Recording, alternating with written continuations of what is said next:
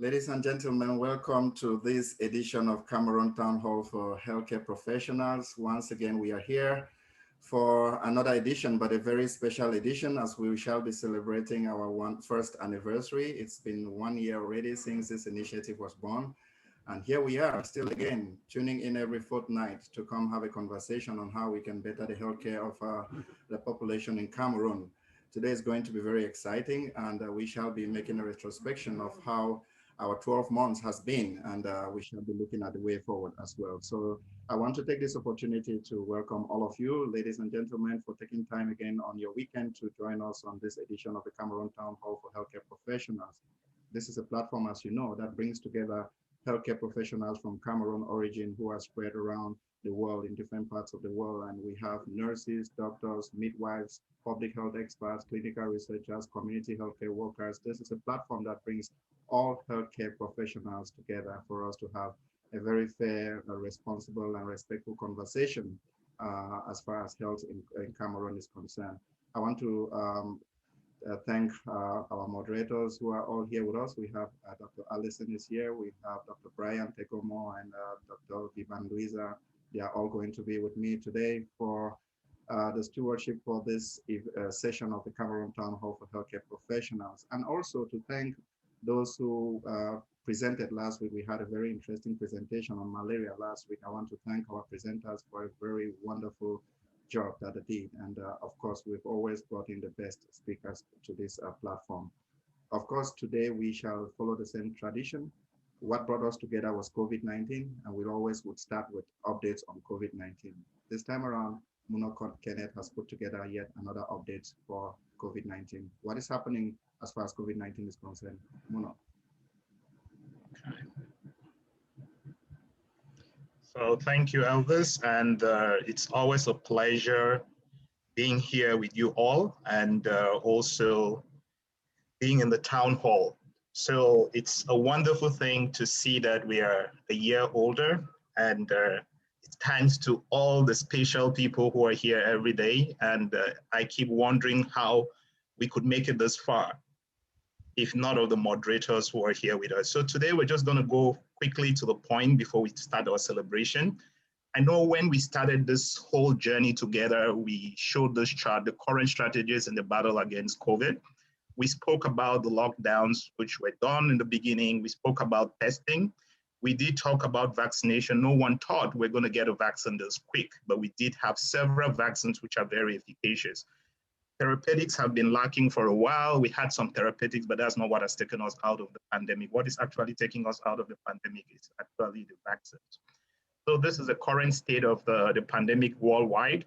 We've had more than 165 million cases of COVID-19 have occurred in the world. And we've had about 3.5 million deaths that have occurred. This is really one of the biggest tragedies that the human race have faced for a very short time. We can see here that the daily new cases are actually increasing in some places and getting worse in others. Africa still remains a virgin land. Cameroon has one of the highest number of new cases in Africa reported in Africa.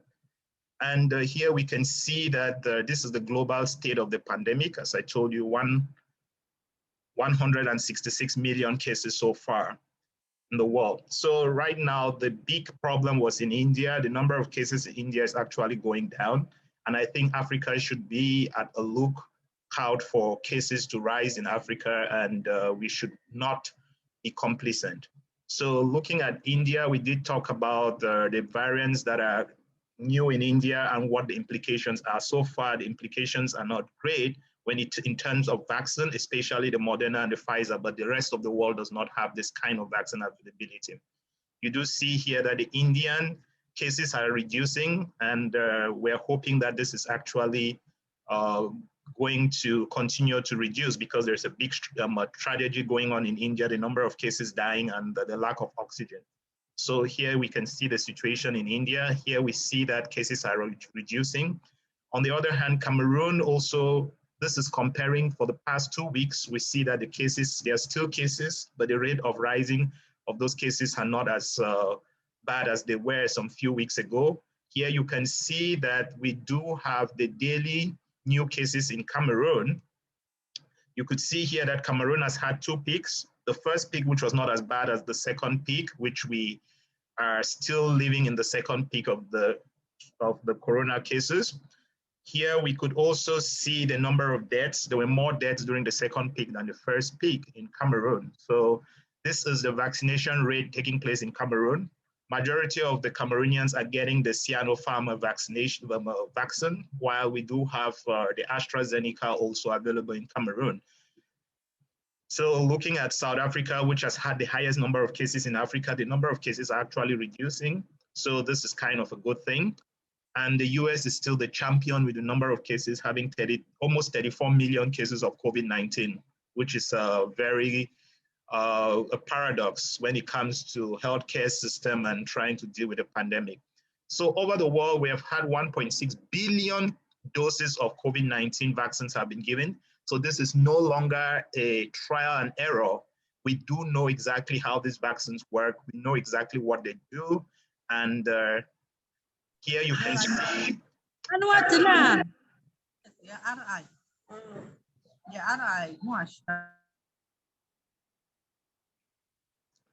So here you can see that the number of case areas where you have vaccination is, the distribution is not really fair around the world. The US actually has more doses of vaccines than they need, while other countries like Chad have not even received a single dose of the vaccine yet. So there is really a problem when it comes to that. This is uneven access to vaccination. It's improving because last week we had 40% of countries, which were the wealthiest countries, having more vaccines than the rest of the world. Now it's just 32.3% the way the distribution is, which represents just 10.4% of the population of the world. And when will life return to normal? This really depends on where you are. I think it's projected that in the US in the next 3 months, we're going to reach a 75% vaccination rate. While when looking at a country like Cameroon, this was data I got yesterday, you could see that Cameroon is going to take 10 years if they are vaccinating at this rate for us to reach herd immunity. And this means the pandemic could always come back at any time. So looking at a country like the European Union would take 4 months from today. And are we bending the curve? This is a question we need to look at. There is really, I put the Seychelles in red because they have vaccinated, they have the highest rate of vaccination, but numbers are still rising. And that's the question to ask, why? Israel has vaccinated about 60% of its population, and the number of cases in Israel have actually plummeted to 0. The UK has vaccinated 44.3% of its population, and the number of cases has also reduced drastically. The US, on the other hand, has vaccinated 43.9% of its population. The number of cases are reducing in all the states. And here you have the Seychelles has vaccinated 68.5% of its population, but we are having new cases arising. So the question is, are all vaccines equal? We're getting to realize that all vaccines may not be equal, but that's going to be a topic for another day. So the Seychelles used the Sinopharm vaccination, and they used the Sinopharm, which could be one of the reasons why they're having new cases. Chile, on the other hand, also is having new cases, but they have a very high vaccination rate. And they did use the Sinopharm too. And we have had very little data on the efficacy of the Sinopharm published in renowned journals. That's been the problem. On the other hand, the rate of vaccination in Cameroon is about 0.1%, the coverage. While Morocco is having the highest vaccination rate in Africa compared to other places, there's really a big discrepancy between vaccination availability and countries which are actually less developed. While the US has more than 700 million doses of vaccines that are available for the US. So it's time for the US to start distributing these vaccines. The vaccination rates are starting to fall in America. America is starting to have a new problem, having vaccines, but not having people to give to them because of vaccine hesitancy. You see here that the Blacks also still, Blacks and Latinos are the most underprivileged when it comes to vaccination. Distribution of vaccines also goes with different states, their political affiliations, and also religious affiliation. Here we can see that about 75% fewer vaccines, fewer deaths have occurred this year, this month compared to January, which showing that vaccines do work. The economic impact of vaccines we cannot also neglect, because people are returning to work and more education, schools are reopening, and I think life is going back to normal. And we're praying that Cameroon and other African countries should get to vaccinate people so that we can return to normal and not be afraid of vaccination. So we do have the different vaccines, which we have spoken about every week. And we know back home we have the AstraZeneca, and we also have the Sinopharm vaccines, which are adenovirus derivative vaccines. Here is just charts to show you exactly some of these vaccines and why they are efficacious and the data that are available for these vaccines. So my slides will be made available for everyone without wasting time. There is also the Sputnik vaccine, which has very good data, and I'm advocating for some African countries to get it because also it can be stored in our resource-poor countries with a temperature of just less than 2 to -8 degrees Celsius. Now, there is also vaccine diplomacy, which is going on around the world. The US is donating its AstraZeneca pile of vaccines to Mexico and also to India. And we're hoping that this donation should also go to Cameroon and other African countries. There is advocacy in order for certain patents should be relaxed in order for us to be able to produce these vaccines, including the Moderna vaccine and the Pfizer vaccines all over the world. Vaccine hesitancy is becoming a big issue. There is also the rise of variants. Once we get to a point where there is COVID in any part of the world, then it means there is still COVID everywhere. So we need to eliminate COVID from every single part of the world. Like we will still have variants which is going to develop. So this is present state of the world. We have people who have had COVID-19, we have people who have had the vaccine, and we have the class C people who have not yet had the vaccine and have not yet had COVID-19. And just 10% of the world's population has been vaccinated so far. So there's 90% of the world's population that can still have COVID. So we are going nowhere. In terms of therapeutics, not much development has occurred in the past weeks. We still have the same drugs we had, with corticosteroids being the best form of treatment we have available. Remdesivir is still controversial. FDA approved in the US for emergency use authorization, but not in Europe, and the WHO does not actually endorse it. We do know that research has occurred on azithromycin, which has not shown any level of efficacy. Colchicine actually has one study that shows some level of efficacy. Corticosteroids are the best available treatments we do have right now. Hydroxychloroquine, which was used during the early part of the pandemic, has shown no study has actually shown any level of efficacy in randomized clinical trials available. So there are still some studies going on, but I think this is a dead gun medication. Antiretroviral have not shown any level of efficacy. We do have things like tocilizumab, which are expensive, which is being used in the UK and in the US, which is an interleukin-6 inhibitor, which have shown some level of efficacy.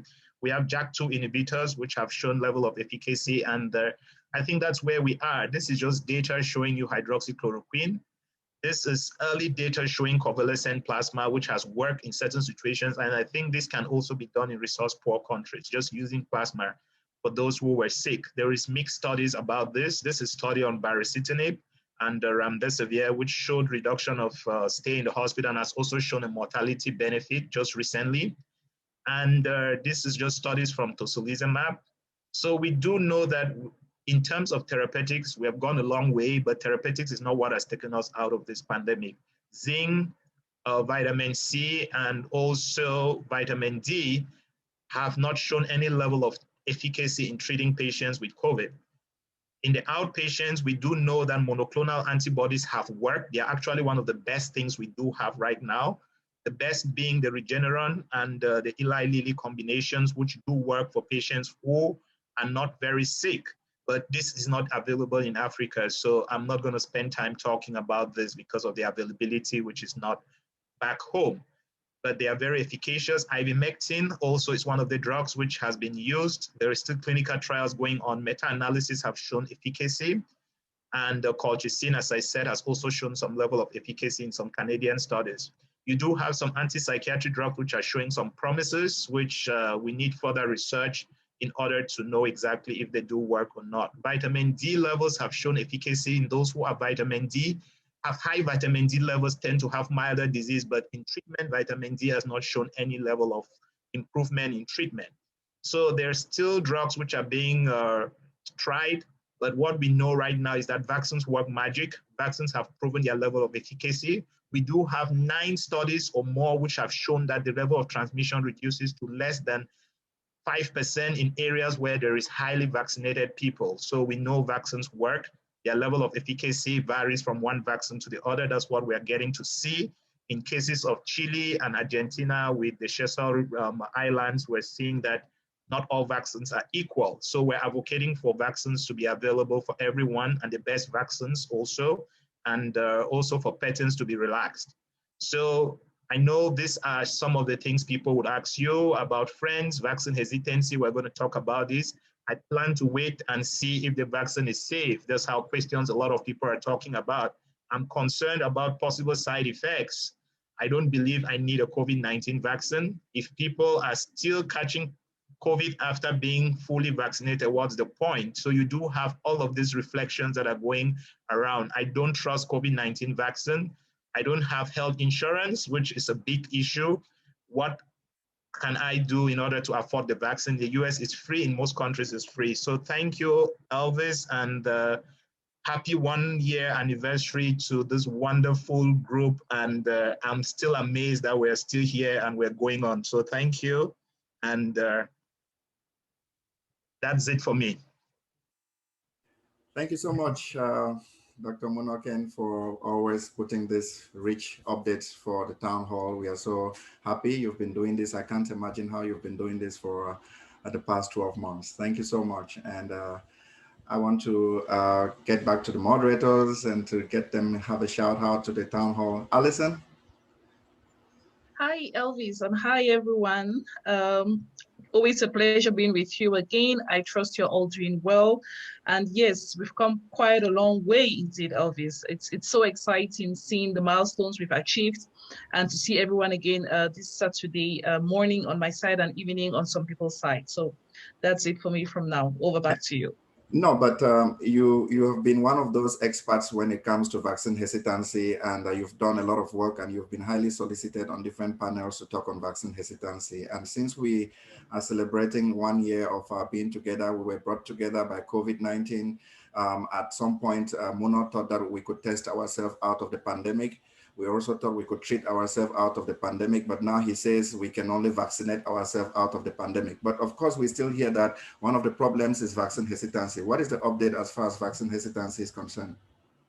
So I would caution you on calling me an expert in vaccine hesitancy when I have my professors here, because then they're going to be like, okay, they will put me on the hot seat and ask me tough questions. So, I mean, I do a bit of reading around vaccine hesitancy, and I'm just going to highlight a few things. So really, this is about showing what we should be looking at, or possible interventions that we should have at the back of our minds as we're going ahead with the vaccinations and with vaccine hesitancy being a challenge. So these are really a set of interventions that have been put together primarily by the Strategic Advisory Group of Experts on Immunization, which is the SAGE. And these recommendations were put together even before COVID-19 hit.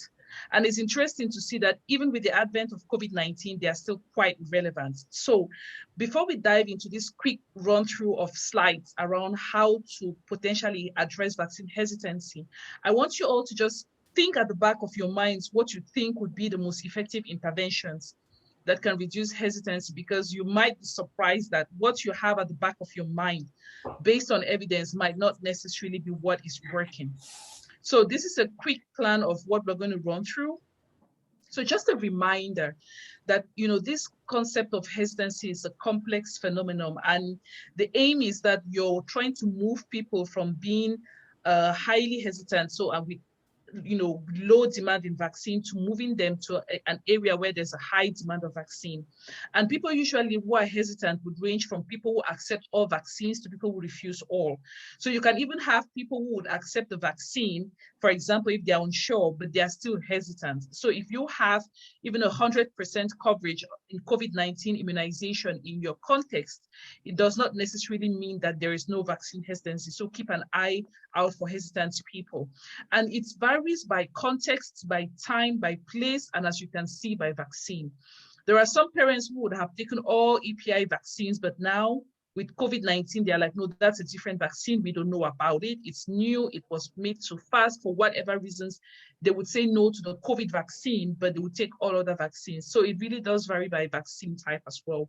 And it is moderated by factors relating to confidence, complacency, convenience. Those are like the big three that would affect people's decision to take a vaccine or not. So the hesitancy rates, as I just mentioned, that we worry about them because they can lead to low demand for vaccines and decrease vaccination coverage. And experts are concerned that this can hamper immunization benefits. In fact, prior to COVID-19 hit, it was listed as one of the top 10 threats to global health in 2019, and then COVID-19 hits, and we are seeing how it has the potential to affect the fight against immunization. To affect the fight against the COVID through immunization. So there are two key publications that I just wish to highlight, which were published a few years back, 2015 mostly, but which are still quite relevant in terms of the content of what they, and the recommendations that are found in these publication. So the first one is a review of strategies that are intended to address immunization. So it's the one you have an overview of reviews. So they realized that there were so many small reviews that had been conducted. So they tried to pull together the evidence from all these reviews. And then the other one is actually a systematic review of strategies, because when they conducted the overview, they felt like, okay, there's too much heterogeneity in terms of what we are seeing out there. And both reviews were conducted by the Strategic Advisory Group of Experts, as mentioned.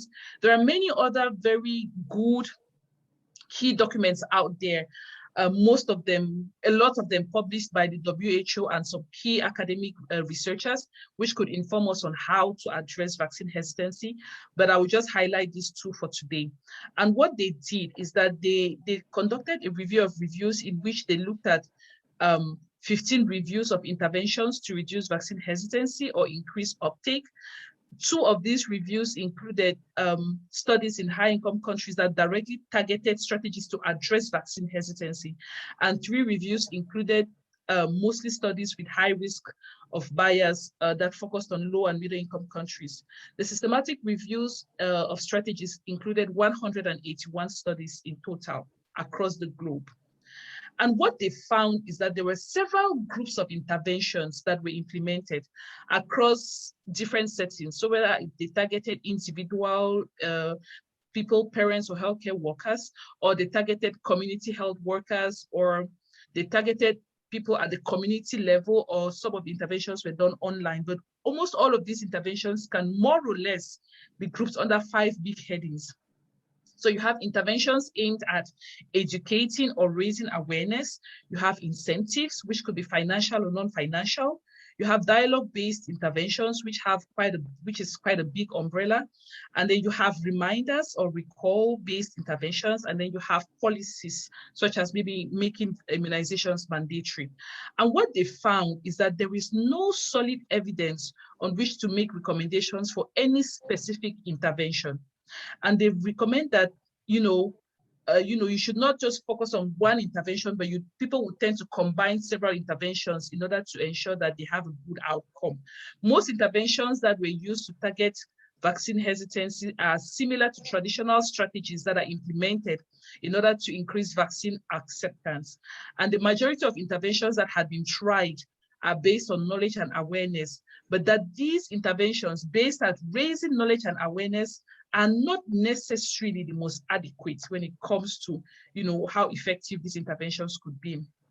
So they found that the most effective interventions use several strategies. So you can have a combination maybe of incentives plus dialogue-based plus awareness raising. So you combine across the different umbrellas, and evidence-based interventions have been adapted to specific populations and to specific concerns. So before you roll out any intervention, you need to have an idea of the population you're targeting and what their real concerns are so that your intervention can be tailored.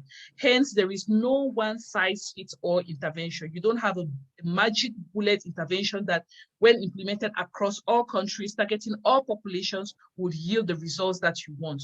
So for all policymakers or people who are in positions to inform interventions around hesitancy, who are here on the platform or who are following us online, it's important to keep this at the back of your mind. The first thing is know your population and know what the problem is so that you can tailor whatever interventions that you're trying to design to this population.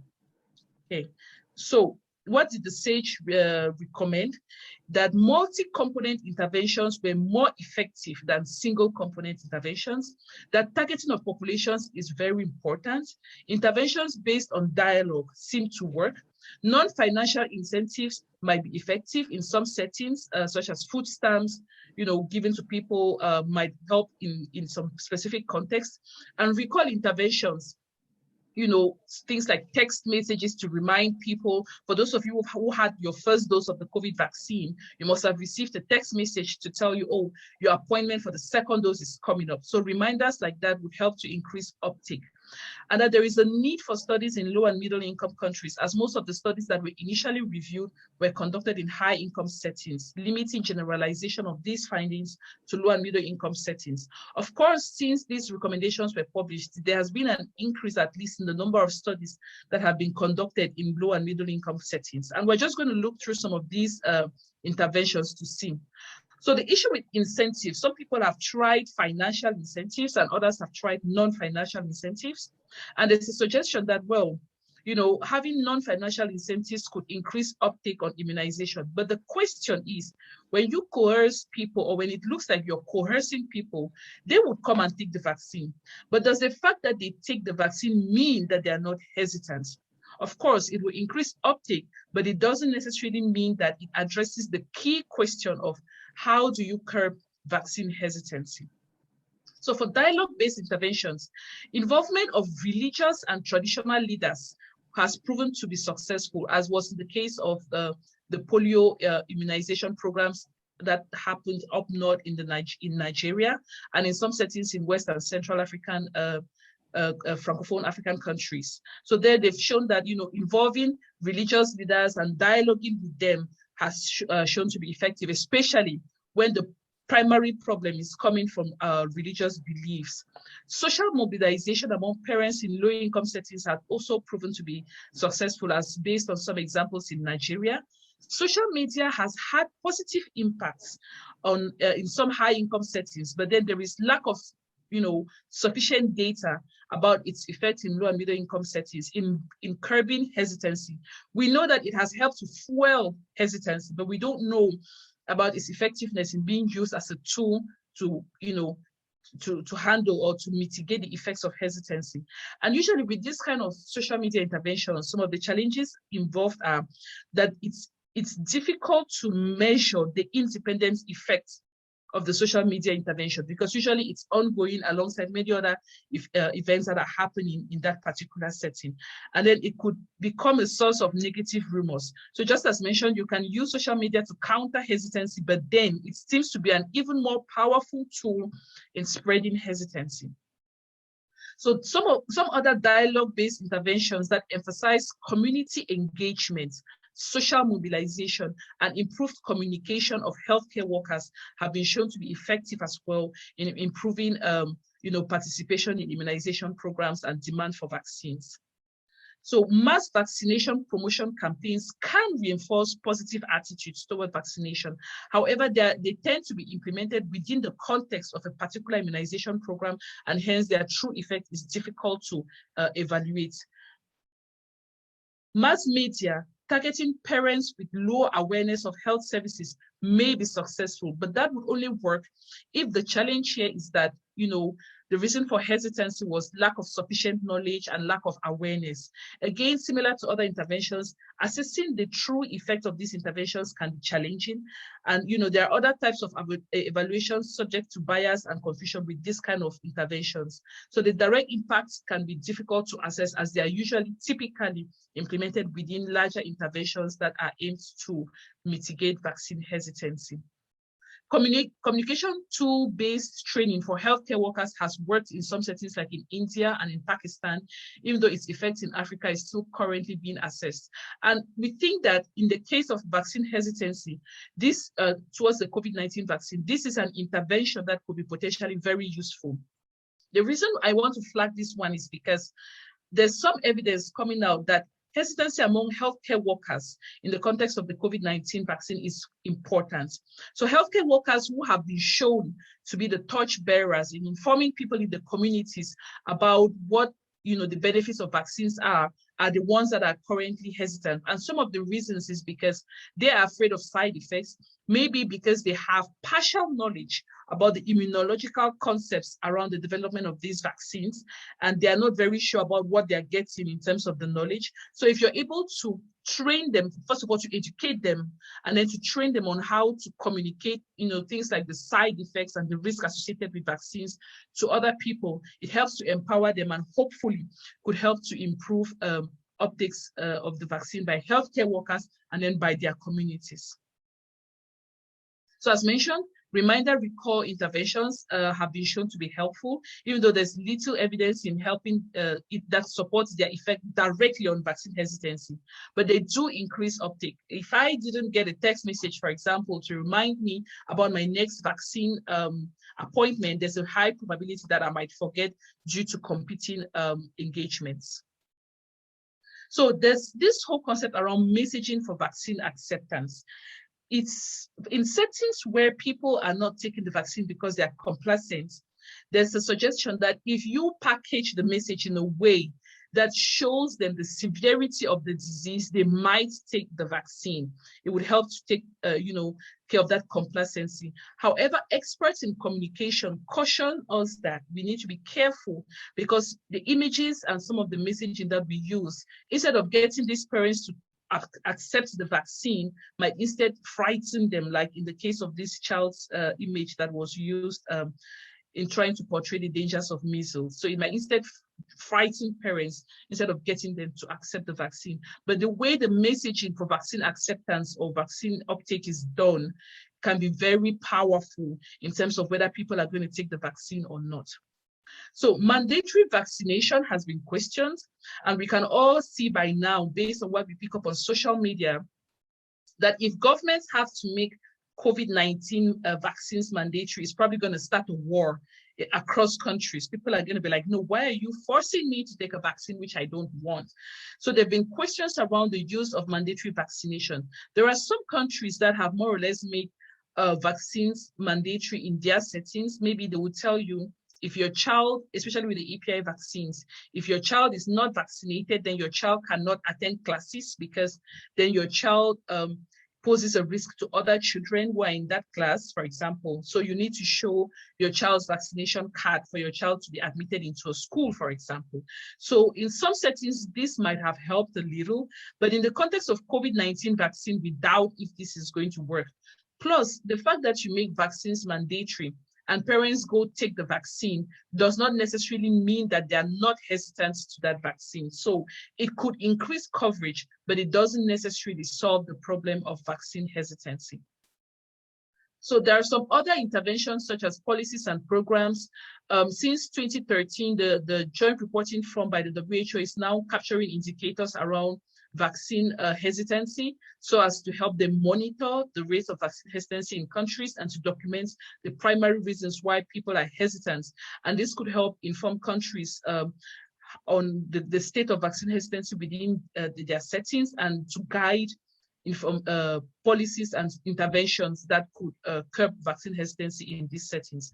And most importantly, it's vital that interdisciplinary network of researchers involving health workers, public health professionals, people in the social sciences be built so that they can share their experiences and develop best practices to address vaccine hesitancy in the various settings. Some other communication interventions that have been shown to work are based on some small studies which are still being evaluated. For example, in Seattle, it was shown that discussion of vaccines in an open and participatory way can help to increase uptake of these vaccines. Passive interventions, so this I'm really going to flag this, that passive interventions such as posters, radios, websites, and press releases do not seem to really have a good effect if they are not complemented with other interventions. So you need to use these interventions within a larger program or project that is aimed at curbing vaccine hesitancy. So yeah, maybe that's just something we need to keep in mind. And in conclusion, future strategies will need to address complexities of vaccine hesitancy in their design and evaluation by considering the following. You need to target hesitant subgroups and understand their underlying hesitant factors. You cannot treat something if you don't understand what the primary condition is. So target these interventions to subgroups that are hesitant after you've dissected them and spoken with them and studied them to understand what is fueling hesitancy in their settings. We need to focus on meaningful engagements that promote realistic action. We need to ensure that interventions address key determinants of identified hesitancy and in a way that is appropriate to the context and setting. And we need to evaluate the results of intervention on hesitancy and acceptance in order to be able to share our lessons and ensure that these interventions are implemented on a broader scale. So Elvis, that is it on my side, and I'm just going to stop sharing my screen. Oh. Thank you very much, Alison.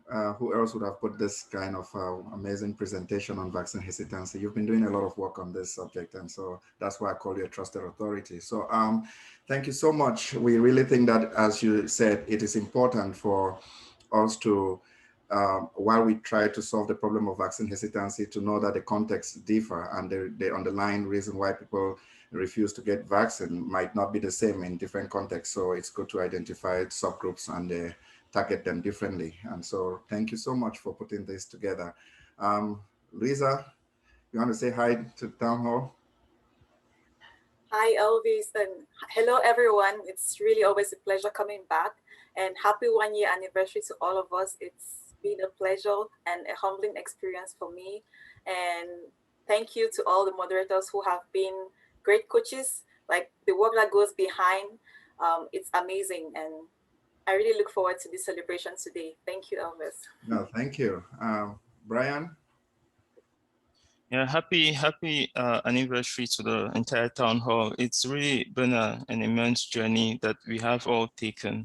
I think one of the biggest thing that lessons that I would take away from this pandemic has been just how much it has taught us, or it has brought scientists together from all sectors to work or to find or figure out ways to work in new and creative collaborative environments and to get things done a lot faster. So I think one of the biggest thing I think about is really these lessons that we have learned through this pandemic. I hopeful that we will be able to translate all of these into some actionable steps. We have seen how deficient we are in terms of disease surveillance globally, and how much there is a need for us to build disease surveillance mechanisms across the globe. So I hope that moving forward as a global community, we will be able to leverage on some of the lessons that we have learned. One of the things too that we have noticed, and Dr. Meno Kenne alluded to this earlier, has been the huge inequalities that do exist in healthcare systems globally across the world, and there's so much that we have to address, and how much the disease has affected certain people more with certain comorbidities, even more people of lower socioeconomic status, and people of color, for instance, in the United States. And the people who are dying from COVID are people who are disproportionately affected by certain kind of comorbidities and non-communicable communicable diseases. And I think these are some of the things that we do need to think about, we do need to work on. Also, one of the things that was largely amplified through this 1 year that we've been together in this town hall is how much we have seen how much there is an underinvestment in public health. So there is a need for us to increase that. I think there will be a need for us to create some public health mandates and reinforce the existing infrastructures. We've had people talk about malaria on the town hall. We've talked about malnutrition. We've talked about tuberculosis, and we do see that all of these sectors have been, funding for these different diseases have been significantly impacted. So I think that when I think back, look at the 1 year in retrospect, I see many of the things. I hope that many of the things that has been amplified through this pandemic, we will be able to take those lessons prospectively. Again, one of the things I would say, wonderful things about the town hall, Elvis, is just the amazing talent that we do have in this hall. It's just been so humbling that some of the people who are really at the front line. I remember early on in April, May 2020, we're talking about pool testing, and one of the members of this town hall was one of those who was driving that initiative in the US and globally. And I think that was even much earlier than that. I'm referring to Dr. Kenji. I'd just been at the forefront of the science and the identification of variants. I think his lab they were the first at Stanford University to even detect this emergent variants, and they just have a very sophisticated system for identifying things like that. And it's my humble opinion that moving onwards, as we talk about pandemic preparedness in all its facets, we do need to set up a kind of disease detection system globally, using the kinds of talent, skills, and knowledge and experience that people like Dr. Kenji have brought to this town hall, and hopeful that we will use those to build better disease detection systems across the globe and build capacities in just in different sectors. It's just been a disease, been an amazing experience. Dr. Kenji also talked about therapeutics and disease modeling and vaccines, and we've seen the speed at which we've been able to develop new diagnostic models and therapeutics and things. So it's been humbling to see how much of an advancement in science we have experienced in this last 1 year. So I'm really impressed. It's really been humbling. I really applaud everyone on the town hall, all the people who have come here to present. It's really been great learning from each other and networking and connecting with others, even behind the scenes connections with others and sharing experience and sharing expertise, networking connections and all that. So it's really been great. People are most valuable assets. So I'm really humbled by by this initiative, and thank you, Dr. Moana, for your leadership on this and taking the lead to create this forum and bringing us from Cameroonians and others from all over the globe to participate in these kinds of discussions. So over to you, Elvis. Thank you so much for the opportunity. Thank you so much. Thank you so much, Brian. You make us really have a feel of what this 12 months has been. It's really, sometimes we undervalue how much we have done until when we hear you speak and really, x-ray the kind of work we've done in this town hall. And as I said, today is our anniversary. It's going to be more conversation and a retrospection of how the journey has been for the past 12 months. And at this point in time, I think I want to call Muno Kenneth, if you don't mind. Can you just get us back to the very beginning, how the idea came about and how we modeled it and how we started? Can you just walk us through that journey of the town hall and its birth?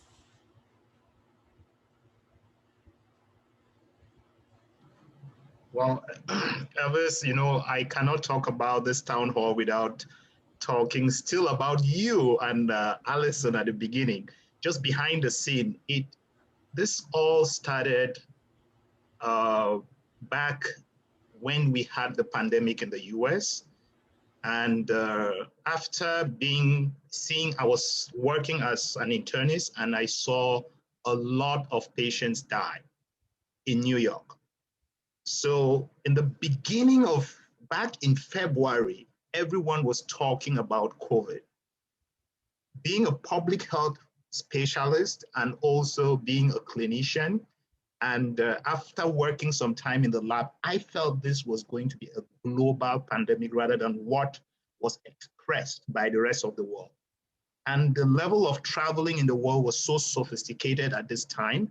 And I just felt this was going to hit Africa and hit other parts of the world. I may be wrong that it didn't hit Africa, but we're thankful to God for that. But because of this, in less than no time, Elvis, we started having cases in New York City. Yeah. I work in one of the biggest healthcare systems. There was a time we had more than 1,000 patients in the hospital and about 300 of them intubated. I could not just imagine how Africa was going to deal with this when it comes to this point. It means it was kind of postulated that about 1 million people in New York State or city had been infected. That's why we had such a high number.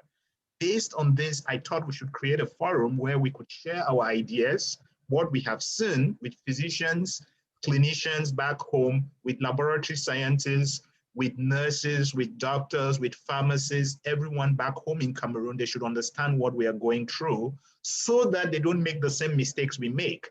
Because the worst thing in life is not to learn from your mistakes, is to repeat the same mistakes. And we have been repeating the same mistakes over in history. So that was really the goal behind it. I think I discussed this idea with you behind the scene. Similarly, the same time I got to meet Alison in one of our discussions. There's something always behind the scene. She was a moderator with a talk, which I had with one other physician. And it was so amazing that I spoke to her about this idea and she bought into the idea. And down the road, we met. I did meet. There were others who were friends who locked in the beginning and got to meet brilliant young minds like Brian. I got to meet Louisa. You guys were all part of this great initiative. And after talking about COVID, we decided that we've come a long way and we've brought together hundreds of healthcare professionals. Why don't we talk about other things? Cameroon has so many healthcare issues. We need everyone, every hand together in order to solve these issues, both politicians, clinicians, paraclinicians, and even lawyers, everyone who can help build a firm and strong healthcare system back home in Cameroon. So I just want to thank everyone who has logged into this town hall week after week. I want to especially thank Dr. Kenji for being one of those who has been here every week and actually for throwing the light into so many wonderful things that we've seen here. And my dear friend, Dr. Boguma Titanji, she was always at my call and beg to come here and do some presentations and update us about what is happening. I want to tell you a little secret. In my hospital where I work, I became a hero because of Boguma, because we, at a certain point, there was nothing we could do other than treat patients.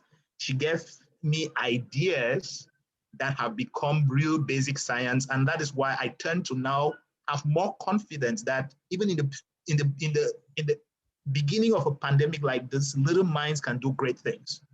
We did treat a lot of patients back here when we're still able to use drugs in terms for compassionate use. And these drugs have now become almost FDA approved for this particular treatment of COVID. So do not underestimate yourselves. You all are wonderful scientists, good and even better than some of those who were trained here abroad, and even those back home are extremely good scientists. So you guys should go ahead, make changes, change the world one day at a time. And we should remember that the things that have actually improved human life over time, I keep saying them every day, hygiene and sanitation is key. The discovery of antibiotics is one. Public health measures, most of what we do as physicians in the hospital has not really turned to improve life. So this is a good lesson for us all to know that public health is so important and the discussion should continue. Elvis, thank you very much. Yeah, it's just a reflection, but you guys all share in the idea of how this all started. So thank you so much. Thank you so much. And you are a hero, not just in your hospital, but in the US and in Cameroon, because you know, a lot of, if you go to the great graveyard, there are a lot of ideas that just left, people left this world without ever bringing them to life. I think just being able to put together people and bring them to, you know, to have this kind of conversation, I'd say you are a hero of our time. Thank you very much for, you know, being a co-founder of this very wonderful initiative. Ladies and gentlemen, I know that during this past 12 months, most of you might have logged in 1 or 2 sessions, missed some other sessions, because we do have live after work on weekends. And, you know, it's incredible to think that, you know, some people have been able to tune in every fortnight for the past 12 months. But let me just take this moment to walk you through some of the topics that we have been able to cover over the past 12 months. I might, I've done just some, I've made some effort to cover some of the topics, but I think, just 1 second. If I miss any topic, just know that it's just an omission, but I think we made sure that we covered just all the interesting topic. When we started the town hall, I must say, we were not having presenters as such. We started with just a conversation. And I can remember the very first session we had Professor Angwafo and Professor Wisonge, who were all here. We were just having a conversation. As later on, we said, okay, we should start bringing in experts to talk to us and actually do presentation. That's when the concept of presentation actually started. So I'll walk you through some of the topics that we covered for the past 12 months.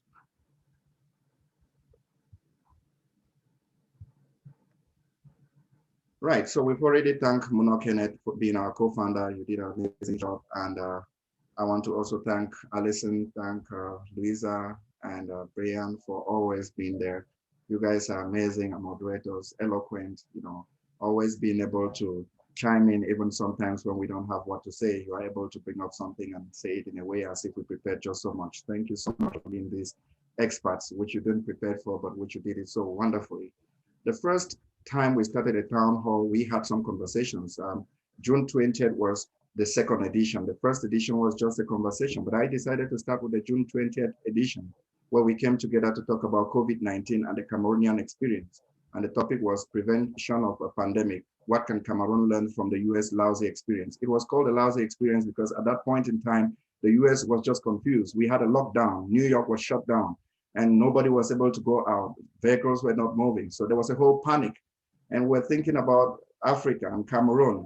What can we learn? Should we do a shutdown? If we shut down, what will happen to people who depend on their day-to-day activities for their livelihood? So we wanted to see exactly what can we learn from the US. Should we do a copy and paste kind of experience, or should we actually start thinking about how we can react to or start preparing for a situation like this in Cameroon? So that was the topic. It was a general conversation. There was no presenter. We all had exchanges here. And subsequently, the next edition was, we had Dr. Cheso, who came in to tell us about the management of COVID-19 cases in Cameroon. He brought in, this was one of the most exciting conversations because we had so many people who tune in on Facebook to follow up, because he was giving us data as to the number of cases that were registered in the Northwest region, those that were treated, and the challenges that they were facing. And Professor Angwafo also participated. At that time, he was giving us his own experience at the hospital, Jinoko, telling us what they were trying to do there, their own preparedness plan. And so these two experts really led us in this conversation to tell us how Cameroon was dealing with the cases. At that time, the cases were not yet as many, but of course there was panic everywhere. July 11th, 2020, we had another topic. That was when we heard about the priest who had developed the traditional herb that was helping people, and everybody was rushing for Cleda's medicine. And we heard about quinine. We heard about, there were so many ideas coming up. And we said, okay, maybe there was even a concept about achu soup that can cure COVID-19. We said, okay, maybe we should have a session to talk about African traditional medicine in COVID-19. And also mental health. How is this affecting the mental health of those who are working in the hospital, who are seeing these people die every day? And so this topic was handled by Professor Kenneth Nyongabi, who called in from Nigeria and gave us a very wonderful presentation on how we can actually focus on discovering our own African-based traditional medicine to solve our own problems. We also had Dr. Marcel Fometa and Tumeta Terence, who also came in to tell us how this we could pay attention to the mental health, especially of healthcare workers who were the most affected at that time, seeing how people were dying in the hospital, being scared about their own health and well-being. And something came out of this presentation. I remember Marcel had to travel to Cameroon for an event, and later on was invited by Professor Angwafo to L'Hôpital Jinoko to come do a mental health session with all the workers there. And he actually teach them on how to take care of their mental health and how to also, be conscious about the mental health of their patients. And so that was kind of, I can say, an outshoot from the town hall, which we're also proud of, because we said the town hall for healthcare professionals was a platform to build networks as well, not just to come have a conversation on healthcare, but also to build network across our different professions. On the 25th of July, we had a topic on the impact of COVID-19 on the healthcare system in Cameroon. And we're looking at HIV, TB, and the vaccination program. And Dr. Cheso still came back to us to give us some statistics on how COVID-19 was affecting this very important program, HIV program, the TB program, and the vaccination program. And from the statistics he presented, we could see a steep decline in the uptake of the vaccination program in the Northwest region, which was a consequence to COVID-19. At that point in time, people were scared of going to the hospital. There were conspiracy theories. There were some people who said that the hospitals were inflating the number of COVID-19, and there were false diagnoses of COVID-19 in the hospital because hospital wanted to get money. So we needed people like Dr. Cheso to come on board and tell us and assure the population that, hospitals were places where people could go to when they were sick. So we had Cheso again for this very interesting topic. On August 8th, we were talking about testing. That's when Muno started the concept of testing out of the pandemic. We had to talk about COVID-19 testing, vaccination, and treatment. And global updates will focus on Cameroon. We had Dr. Bogo Matitangi, who came in to give us updates on vaccine. At that time, we were still talking about clinical trials, some of the clinical trials that were initiated, how they were evolving, and what were the hopes and prospects. Dr. Kenji also came in to tell us about testing, and that was the first time he told us about the concept of pool testing. That was a concept that was so novel, but so also economically cost-effective for low and middle income country. And he was wondering how we could, build on that experience, which at that time Stanford University was still trying to experiment, but later on got published. And we can attest to you that pool testing is presently one of the methods that have been used to test at mass at some point in time when all laboratories were overwhelmed with high volume of testing. The technology of pool testing became, a way to go for Stanford University. And we thank Dr. Kenji for being one of the initiators of this technology. We had on August 22nd, 2020, Professor Charles Wisonge, the director of the South African Cochrane Center. He walked us through the importance of evidence-based medicine within the context of COVID-19. This was an interesting conversation, and he actually reminded us that it is important for our policymakers to make evidence-based informed policy decisions, so that we should always make sure that at least we try to conduct our own reviews and really systematic reviews and come up with evidence before actually informing policy and making decisions based on this evidence. It was a very interesting conversation. Dr. Dudu is not a Cameroonian, she's a South African, but because she found this platform very interesting, she came in. She's the coordinator of the Pan-African Clinical Trial Registry. Since we're talking about clinical trials, we had to talk about clinical trials in Africa. What was the volume of clinical trials taking place in Africa? And she told us the importance of having a clinical trial registry, especially during this period of COVID-19, because she told us that most of clinical trials that are conducted, that end up not being published, we do not have any information about them. And sometimes we kind of replicate experiences that have failed because we never had them registered in an important registry like clinical trial registry. She talked to us about the experience of the Pan-African Clinical Trial Registry, and also encourage countries to create their own country-based clinical trial registry. And that was a very interesting conversation. We had Dr. Raoul, who is the chief editor of the Pan-African Medical Journal, who also encouraged young scientists in Africa, especially Cameroon, to publish with this journal and said, it is important when you register and you follow up the activities of Pan-African Medical Journal, you don't only benefit from your publication, but you benefit from ongoing training, which they give to all their members, because sometimes, as he told us, it is not sufficient to conduct the research, but also scientific writing is very important to get your papers accepted and published in very interesting journals like the Pan-African Medical Journal. Now, of course, it is important for us to publish in our own African-based journals as well. On Saturday, September 5th, 2020, we had a topic on multisystem inflammatory syndrome in children and adolescents. And also at that point in time, there was a debate as to if children should go back to school or they should stop going to school. And so we had to bring in experts to talk about the risk of COVID-19 among children and among school-going pupils. And so we had Dr. Judwin Nzo, who is a pediatrician, and we had Dr. Kate, we had Dr. Cheso Kingsley. They all came in as experts to walk us through this important topic. I remember Dr. Cheso at that point in time telling us that 16 students from Lourdes had tested positive of COVID-19. And there was a debate as to if schools should be shut down. But then we were questioning, why should we shut down schools when bars were opening every 6 p.m.? And so these were all strange things that were happening in Cameroon at that time. We're seeing policies that could work, some that could not work, but then trying to contextualize the situation of Cameroon and see how we could help advise the system. And I say that most of the conversation here were actually captured by some of the policymakers, and it actually affected the way they look at things. We had another conversation on COVID-19 and vaccine hesitancy and communication. That was when we were already sure that yes, vaccine is going to come. Yeah, but when it comes, what about it? Who is going to accept to take the vaccine? Because there were new technologies. We're talking about messenger RNA. This was a new platform that has never been tested before or authorized for use. And so there was a conversation, who will accept to be vaccinated when this vaccine is out? So we had to start dealing with issues of potential vaccine hesitancy for COVID-19. We still have Professor Wisonge, who was on board with Alison, and Dr. Mukumbang Ferdinand.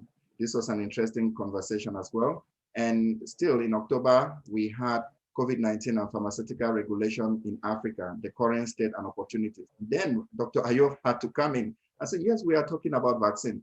Yes, we are talking about all this, but when these vaccines are out and they come to us in Africa, are we just going to accept everything that comes, or should we have our own regulatory system? What about the therapeutics? How do we even go to validate our own product that we discover? How do we regulate, the pharmaceutical sector in Africa?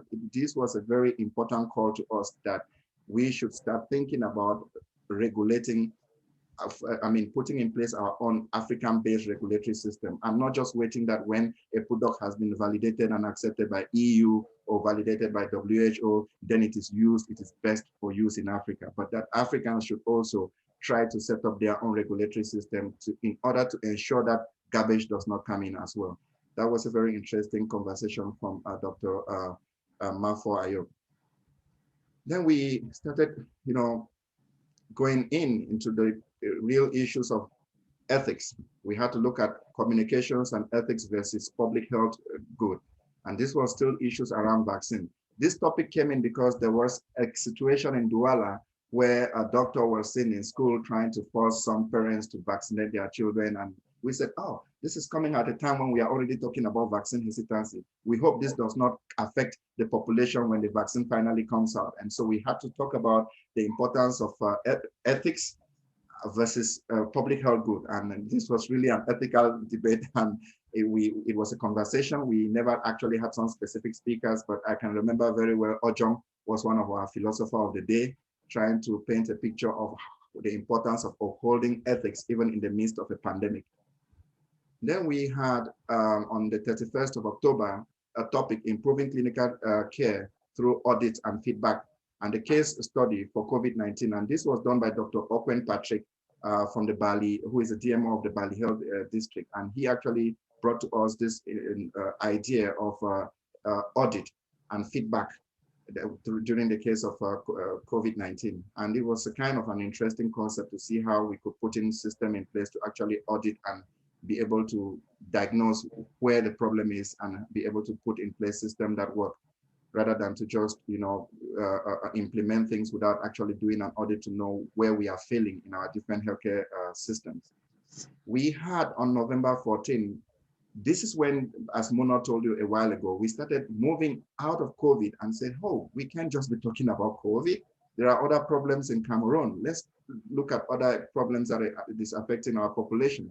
And we had to talk about cervical cancer in Cameroon, the case of institutionalized vaccine hesitancy as well. But then we were looking at it because young girls are asked to get vaccine for cervical cancer, and they say, oh, they want to sterilize our young girls. We say, okay, if this is the kind of concept that is going on, how will this affect vaccine hesitancy when COVID vaccine finally comes in? And Dr.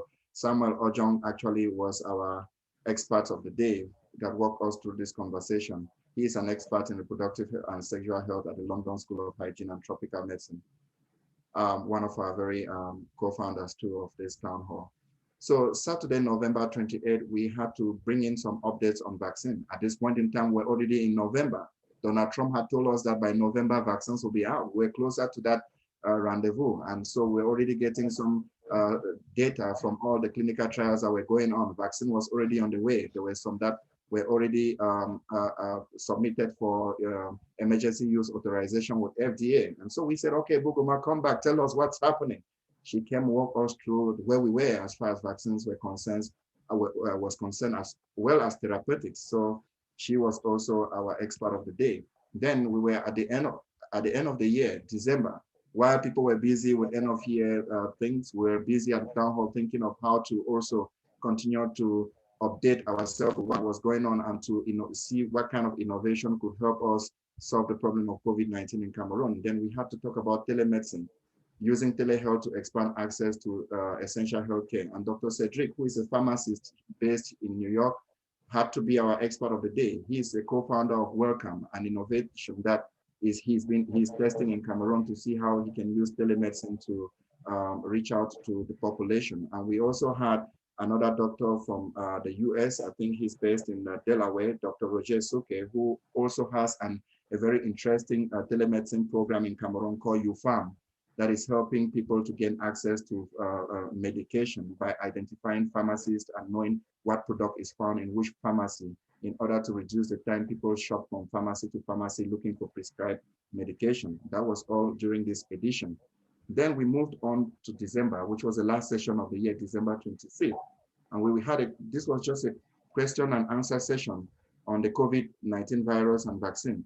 And it was an open session. We had Bogoma, we had Kenji, we had all the experts in the house, and they were answering questions from the public. Some people were asking questions on Facebook Live sessions, and they had very interesting answers from our experts. And then we moved to 2021, January 16th. Updates in COVID-19, diagnosis and quality assurance in clinical laboratory. Then we had Dr. Kenji once again with Dr. Pat Sadate Ngacho, who is also one of our big hands when it comes to clinical research and laboratories, and Dr. Terence Agbo, who chimed in from Canada.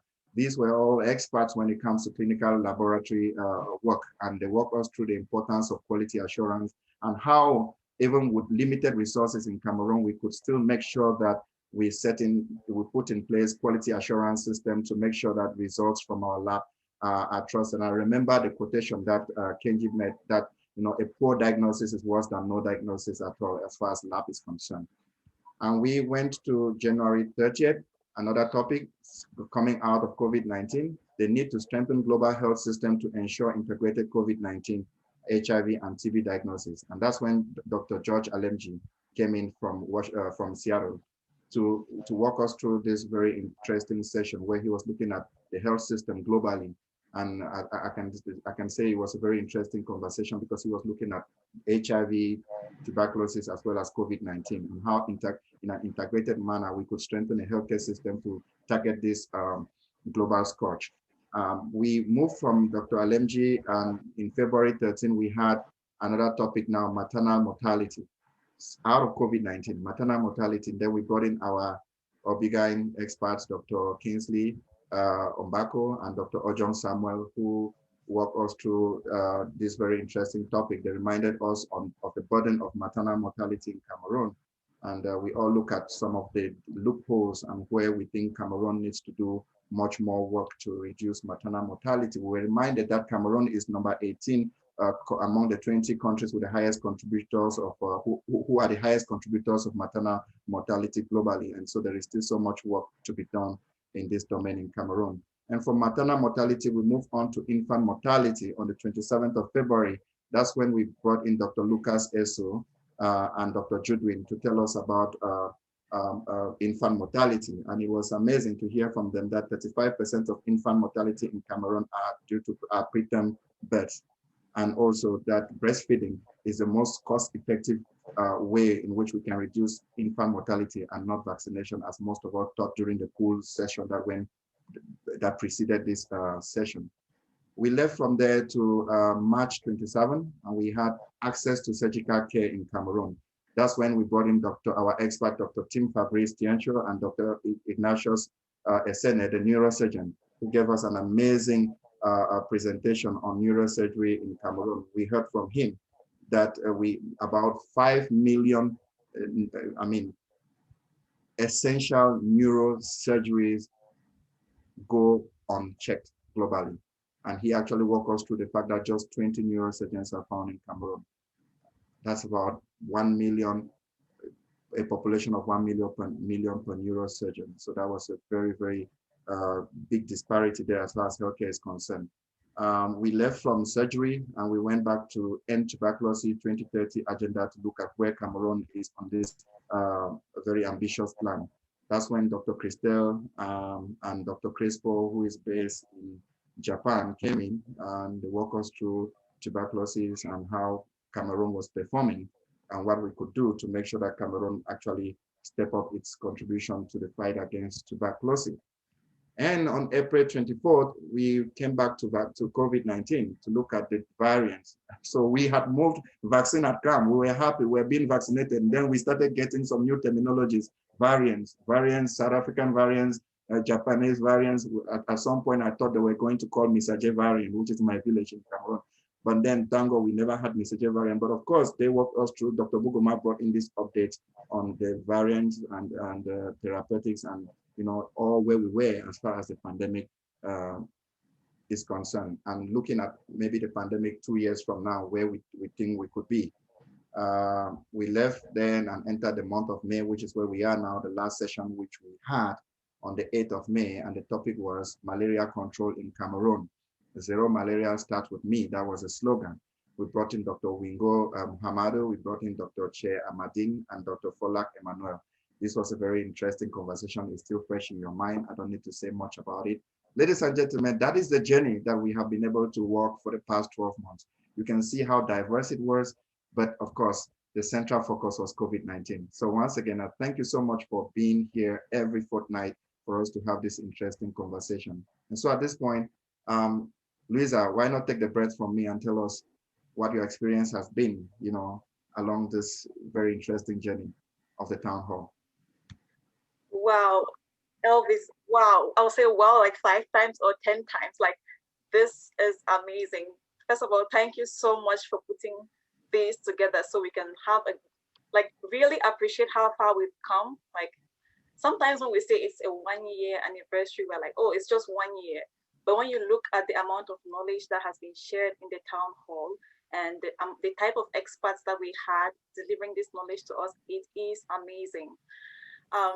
So when Elvis was presenting everything that was going on, he said, okay, when they asked in the polls that, what do people think about what prevents under 5 mortality? And everybody said, oh, vaccines. And Dr. Judwin said, no, it was breastfeeding.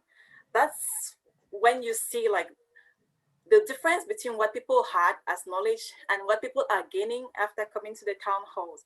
And for me, it has been really fantastic leading the polls. It was like, I am this very small person. Like, I felt like I was the child of the town hall or the baby of the town hall.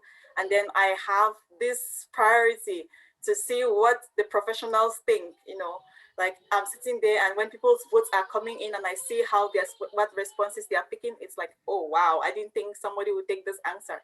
But then I'm like, wait, these are the professionals. So it's really been a humbling experience for me, leading the poll sessions in the town hall.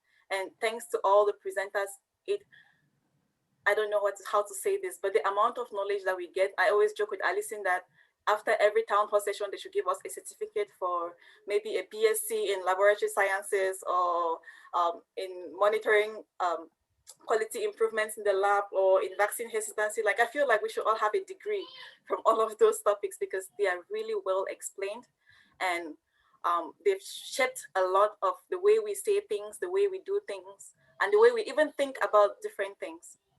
I would like to throw a little bit of light, taking us away from the knowledge part of the town hall. The town hall has not only been a place for people to share knowledge, it's been a family. I know that we've celebrated a lot of milestones here in the town hall. It's also been a place where people have networked, and believe me or not, something has changed in someone's life, either because they were part of the town hall or because they knew someone who was in the town hall. And I really greatly appreciate that. To me, it was a place for me to grow personally. When I left Cameroon 2 years ago and moved to Canada, I had just completed medical school and had little or no experience with independent practice. And then the pandemic hit, and like the internet was full of information. Everybody had something to say. Believe me or not, there are some people who came to the town hall whose first information about COVID-19 was a conspiracy theory. So they just needed somewhere that will let them know what the right thing is. And I believe that, to me, the town hall was the best place to be at the time. I learned a lot about the different ways to diagnose COVID. I learned a lot about just even the epidemiology of COVID. It was important. There was no knowledge that the town hall gave that was not necessary. So thank you for that. And thank you, Dr. Mono, for organizing this town hall and for bringing us in to work hard as a team. I enjoyed the teamwork and I continue enjoying it. And thank Alison, especially because I learned about the town hall from Alison. And I remember the first day I asked her, I'm like, how can I even join the town hall? Like, I'm this small girl, you know, I'm seeing everybody there. I go and check people's profiles on LinkedIn. I'm like, oh my goodness, have you seen Dr. Mono? Like, how can I sit on the same table with him? And she was like, no, go for it, girl. And this is it. We've come all this far. And I'm happy to say that I'll be beginning my residency. And also thanks to the town hall, like, I really learned how to do all my interviews and everything and had all the encouragements. So Elvis, it's really been a great journey this 1 year, and I don't really know what the next year is going to look like, because I felt like, oh my goodness, we've covered everything. But no, we haven't. We still have a long way to go, and it all depends on you all who are attending the town hall, all our presenters who are always ready when we reach out to you and ask you to present. It's really thanks to you that we've gone this far. Thank you all, and I hope you enjoy it as we move along. Thank you. Congratulations for your admission into your residency program, Dr. Louisa. I'm so proud of how much you've been able to accomplish. And I can say from the very beginning, when we had a conversation and I said, Louisa, you're going to moderate. He said, you know what? I don't want this. I can only read. If it's a script you want me to read, I'll say, fine. I said, no, Louisa, you can do it. And here is Louisa speaking without a script, so eloquent and so wonderful. I'm so proud of how much you've been able to do at the town hall. You really helped us pilot the polls, and each time the poll was going on, you made me feel like it was GCE results that we're waiting for. So thank you so much for your contribution to the town hall. I'm so happy that you have been part of this family. And I'll move to Alison. You know, Alison is that person that sometimes when we have another session of the town hall and something is happening and I'm not going to be there, I just text her and say, Alison, now you sabi what could happen today. And before I know, it was one of the best sessions that ever happened. Alison, tell us what has been your experience with the town hall? I believe that story. Any day that you were not in this town hall, we felt it. We're like, no, the ego is not there. You know, it's been any day you were not there, like, Elvis, please, can you just come? We need you to figure this thing out. It's been an interesting journey, an exciting journey. I've learned so much. I've met amazing people, and I'm so grateful for this opportunity. I'm grateful to you, Dr. Muno. I remember meeting you the first time because I was supposed to moderate a hot debate between Dr. Muno and another colleague. And I'm like, no, why are you guys pulling me into this, you know, flexing of muscles between men? I don't want to be moderating scientific debates. They were like, no, come. And they're like, it's going to be Dr. Moon. I'm like, all these grand fairs like that, me, I'm not doing a beg. They're like, no, come. This is a grand fair with a difference, He is like this exceptional person. So that's how I actually got to meet Dr. Moon, because I was moderating a hot scientific debate that was ongoing around COVID and some really passionate talks around the current interventions that were available at that time. And it's just been amazing to see how much of a great person he is. And thank you, Dr. Muna, for being the amazing leader you are, the big brother that you have been, both on the town hall and out of the town hall. Elvis, thank you so much. I can't just, think about all the work we've done together, both within the town hall and out of the town hall. It's been great having you, Elvis. And trust me, every day, like I said, you were not there, you were missed. I want to share a personal story. So I moved to the US not long ago for graduate studies, and then COVID happened. And then there was the lockdown, and I found myself sitting in this room, every day in, day out. I had just moved and I didn't have no people around. I'm in a state which does not really have a very vibrant Cameroonian community, at least not around where I stay, in the way it would have been in some states. So you just find yourself in this enclosed space. It's just your books, it's just assignments, and then it gets you thinking about what your next steps would be, what the future holds for you. Assignments are hard, work is hard, everything is hard. Life is just, you're just not sure, like there's a lot of uncertainty. And my friend Chudwin actually remarked, she said, Alison, the one time I see you very happy is when you're dialing into the town hall. It's like there's something in that town hall. She's like, even me, when I call you to check on you to see how your mental health is, I don't see you smile like this. All I see is just, Chudwin, I'm tired. But for some reason, when you're dialing in that town hall, I just see a smile that I don't even see when I'm calling you to check on you. Because there's this, positive energy that comes out from the town hall. It's a nice place to meet other people, like-minded, and to talk and just relax. It's a very relaxed atmosphere, and I'm really grateful for this platform, for all the people I've met. Louisa and I, we talk like almost every day, and we really got to, talk about some of these things already. And Louisa, thanks so much for all your input, for co-moderating with us. Thank you, Brian. It's been a pleasure getting to meet you and know you. And to everyone else here in the town hall, to all my mentors, Prof. Charles Wisonge, who usually dials in to give support and whom we keep bugging. Thank you all for your support, and to all the presenters and attendees of the town hall. It's also been a nice experience, working with people at the back on some projects. Some have been like research projects, others have been like the digest, pulling it together to keep people informed on what's happening in the research field. We've had some positive feedback around some of these projects, like some have been able to keep people updated with the literature, and some have even informed research gaps so people can go into, do more research, and we're really grateful for that. Some of the projects have stalled a little, but after 1 year, we've learned some lessons, and it's really, things are going to get better. We are on a path to greater achievements in the future. So that's it from my side, Elvis. Yeah. Thank you so much, Alison. Alison was the one who brought up the concept of Cameroon Digest, which is an integral part of the Cameroon Town Hall. And this is a compilation of research articles to whom Cameroonian authors, or maybe co-authors, or for which Cameroon is mentioned as one of the sites which the research was conducted. So she used to put together, or she puts together this along with a team, and they present it at the end of every town hall. And the Cameroon Digest also innovated and brought in another component, which was to make sure that we capture opportunities, scholarship opportunities, to be able to make sure that young scientists back home can take advantage of this opportunity. So the Cameroon Digest was a brainchild of the town hall, but it was actually conceived by Alison. So thank you so much for this great work. And as there were moments in the town hall that before we sit waiting for the next edition, Kenneth and I will say, but bro, what are we talking about in the next session? But guess what? There have never been a day we have pondered for more than an hour for a topic, because there are always topics. The question has always been, who should we call for this particular topic? And there are always many experts.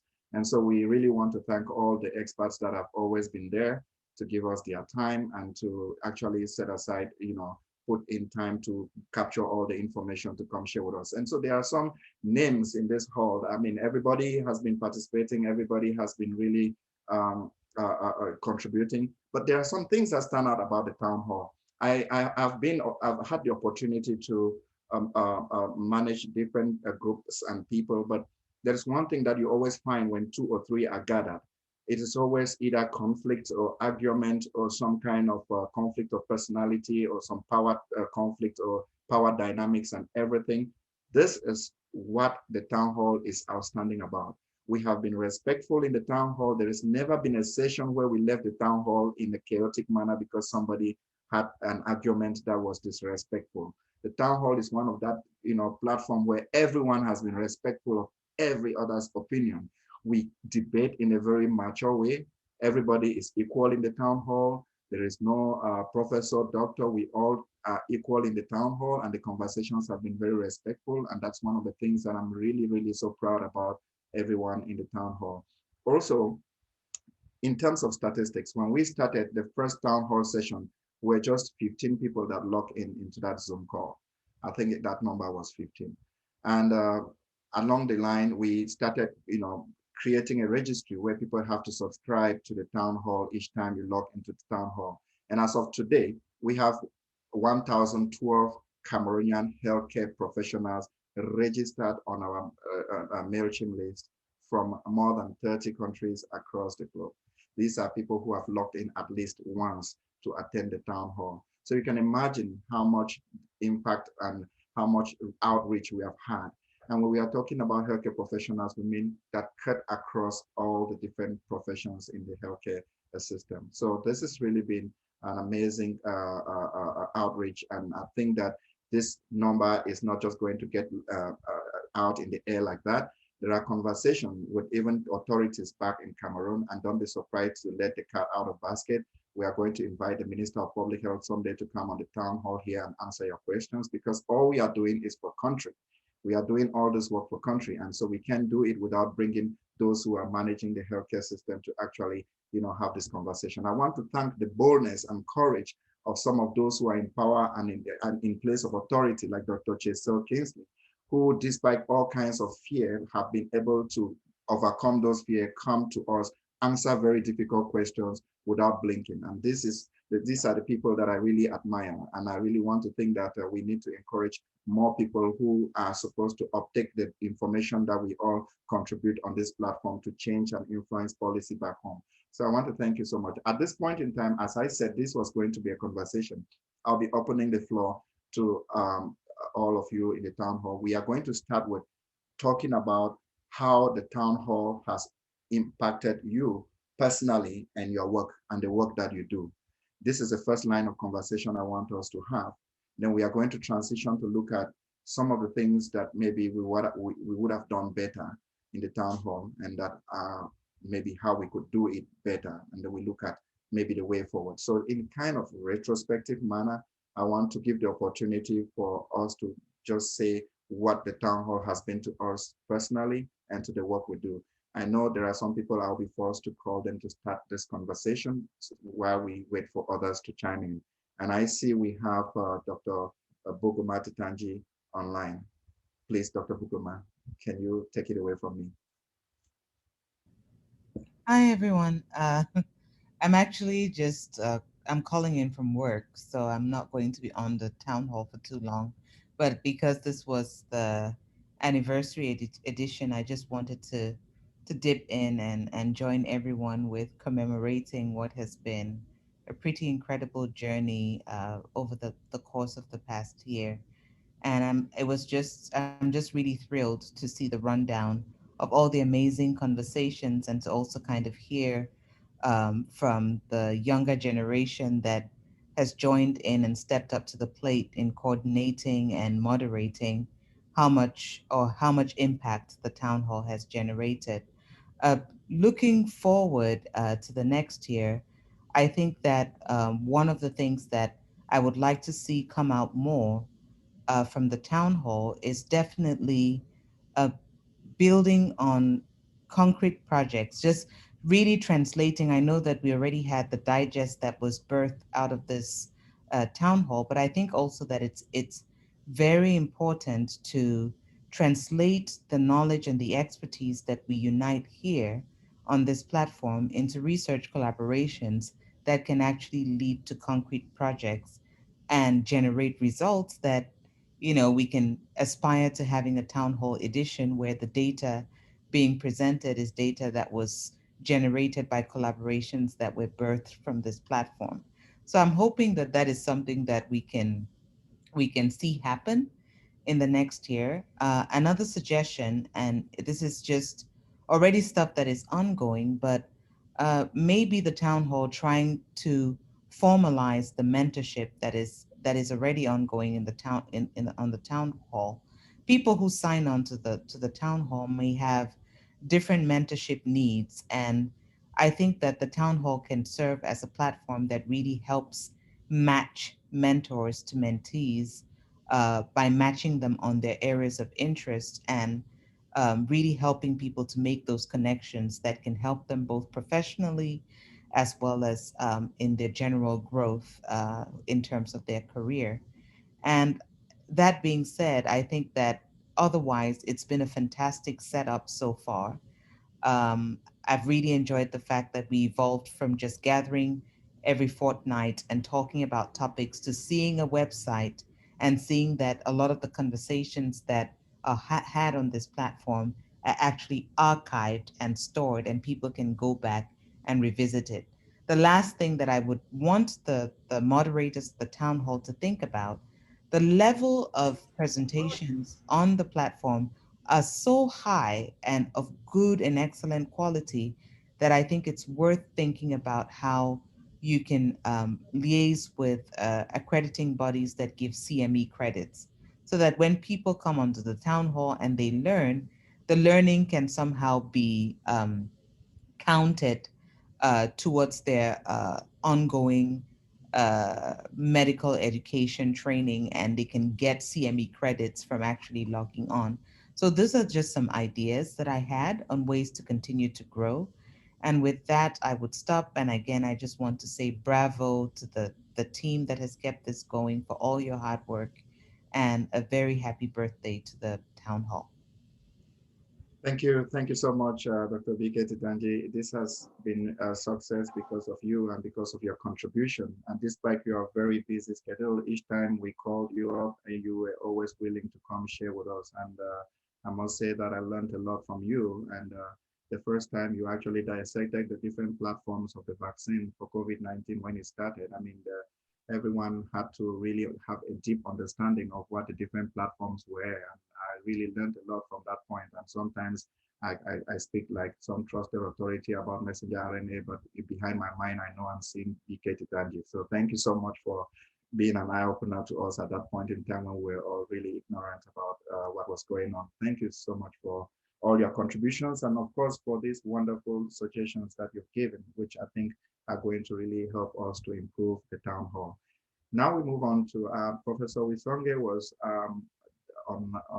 he was tuning. I don't know if he's still on. Prof, are you on? I think he might have stepped out. Then let me bring in Dr. Kenji Obadia. Hi everyone, happy birthday to the town hall. I can say that the town hall has become very addictive. It's not uncommon for people to stay for 5-6 hours. Like, I've never seen this in my entire career. Even here, even lectures, like I don't just know, there is something about the town hall that, you know, is so genuine, and, you know, we really want to learn more. And I've really learned a lot from here. I remember I was co-hosting another session, and they were asking a lot of questions that was even out of my expertise. But I was like, oh, I heard this from the town hall, and this was the response. And I was able to, you know, channel that response. So it's been a huge, you know, learning opportunity. And I know we still have a lot to do as well. It's not easy to keep people for 6 hours. It's not easy to be doing everything the fortnight. Like, we are doing this every 2 weeks. It's not as if we are doing this once a month. Come on, guys. So let's give some credit to ourselves. You know, I will just piggyback on what my sister, Dr. Tichandia said, you know, regarding trying to accreditate some of the talks that we give here for CE units.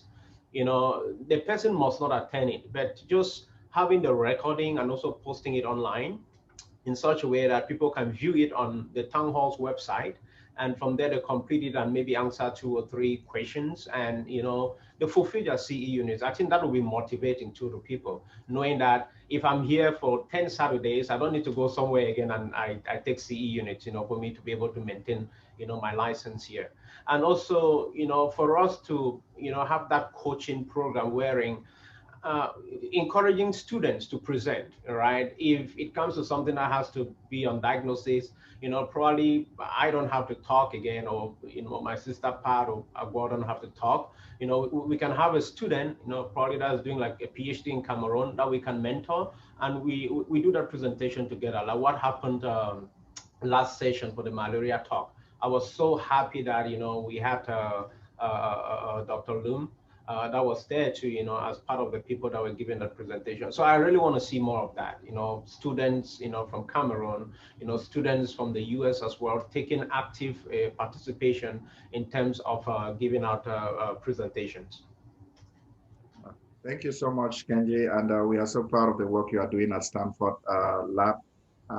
There was a time Kenji was profiled by NBC TV here, and they told a story about an amazing Africa and how he was helping the US to fight against COVID-19. And I felt like just holding your picture and showing it on the street that I know him. So so proud of the work that you're doing. And we are proud to have you as one of the co-founders of the Town Hall and for all the sacrifices that you've made. I want to say a big thank you to you. And before I bring in Dr. Dennis to say a word, Dr. Agbo, will you want to come in? You have been one of those people that was there at the very beginning. I didn't know you were going to call me Elvis, but thank you very much. So firstly, when all this started, the first week I missed it and Mona was on my case. He had sent me the invitation and all the information, but coincidentally, on that day, I do a lot of things, some of them very stupid, but I was hosting a show on COVID as well on another platform.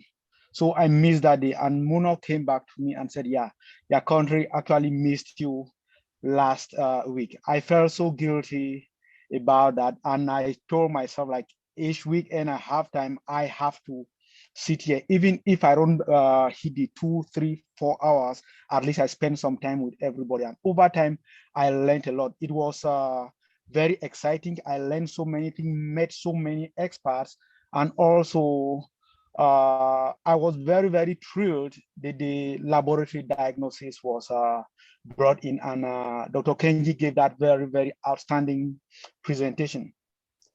It was, I learned so much on that presentation that day because I work as a biochemist, but in the COVID era, people are recruited from everywhere to do everything. So coincidentally, at that time, I was brought in to help in the validation of some of the COVID assays together with the microbiologists. We are one of like the biggest clinical laboratories in northern Canada. So I was brought in to assist. And at that time, I haven't done microbiology since I left undergraduate. I've done a lot of research. I know the principles of PCR. I've done a lot of PCR over time. I mean, I used to say in my previous lab, PCR was what I lived on.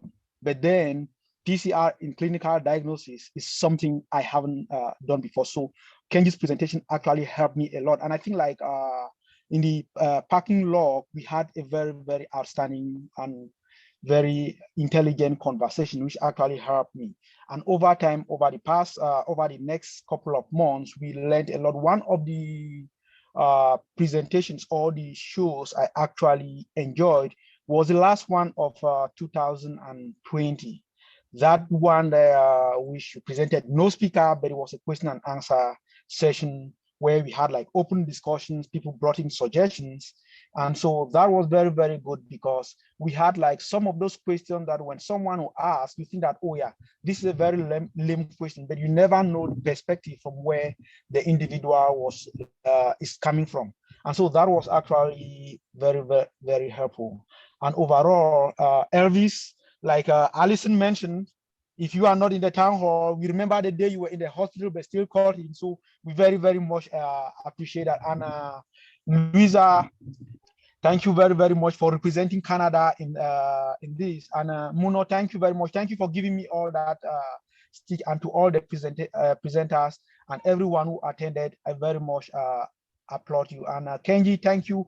Let's keep in touch. And like you mentioned, mentoring is something that is very, very important and at heart. And so, like, one of the things I would like to mention a little bit unrelated to this, but to mentoring, is that for some of us who have actually, maybe we had an interest to do medicine, we didn't eventually do medicine, we did PhDs and would like to continue or get some aspects of clinical medicine.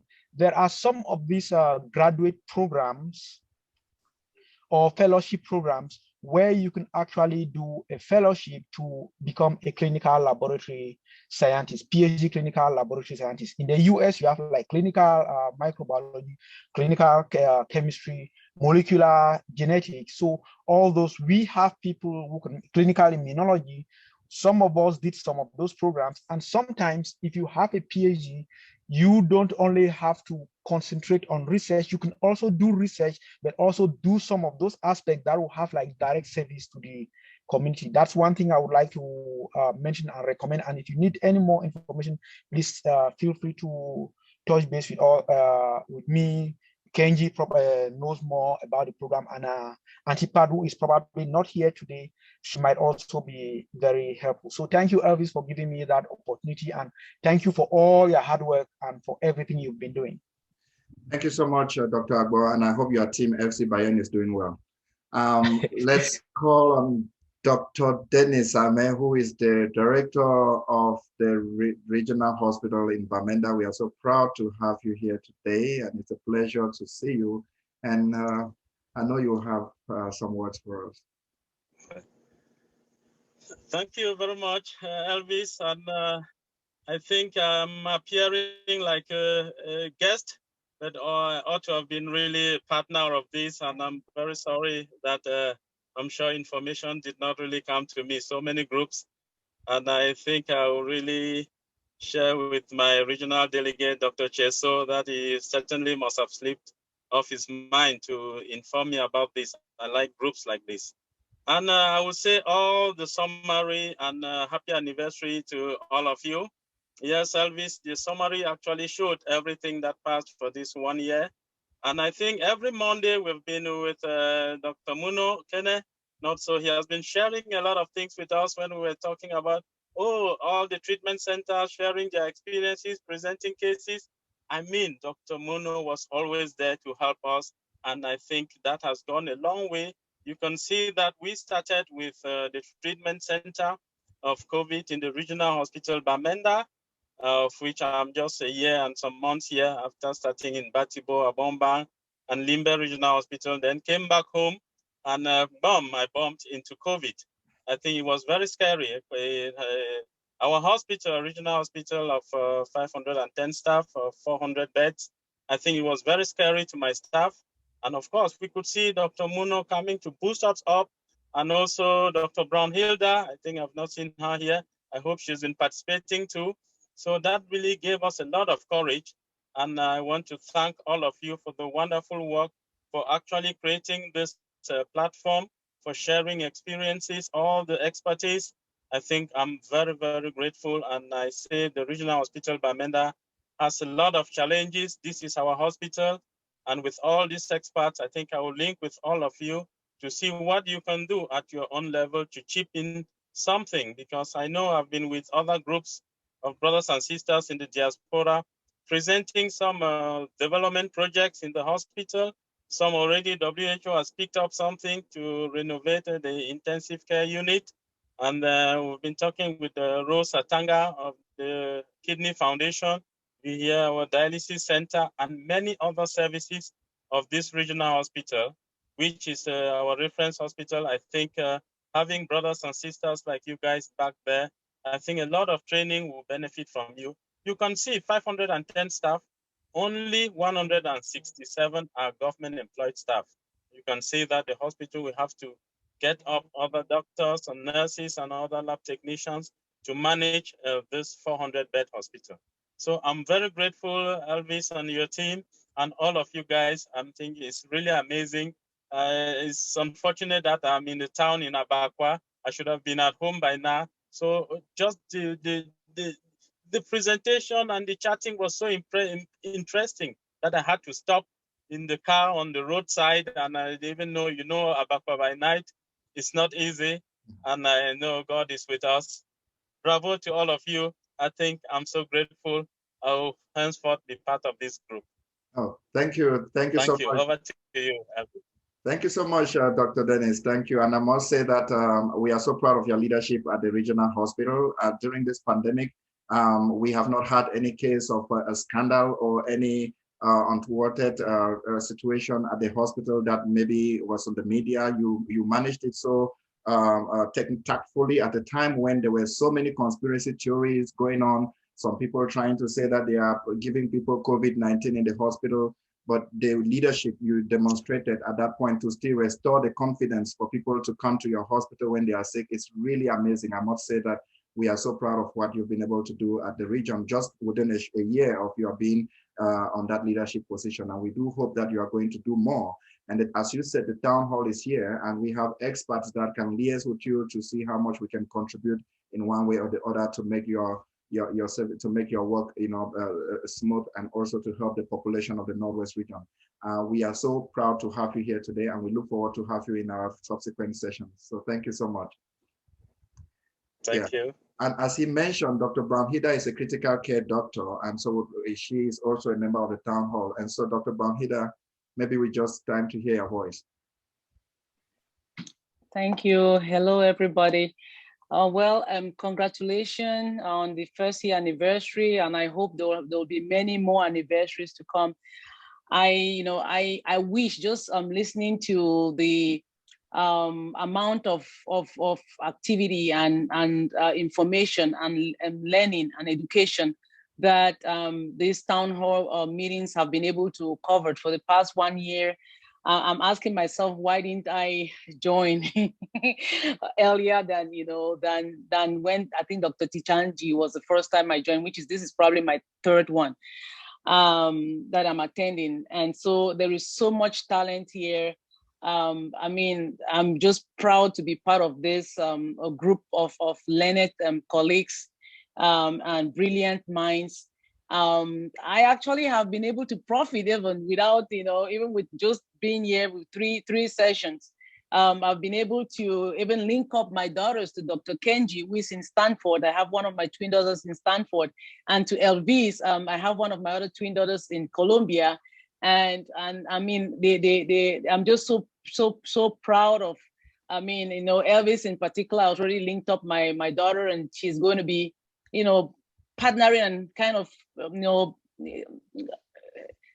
helping out or benefiting from the Moderna trials that's going on there. And so, I don't know. I lack words to appreciate all of you. And for Dr. Mono, I'm telling you, he doesn't know what he's done. This is actually a brilliant idea. And if there have been over 1,000 people who've logged into this town hall meeting, that just tells you. And I'm very, very sure that, I'll be bringing in more people too. I'll talk about this to many more people.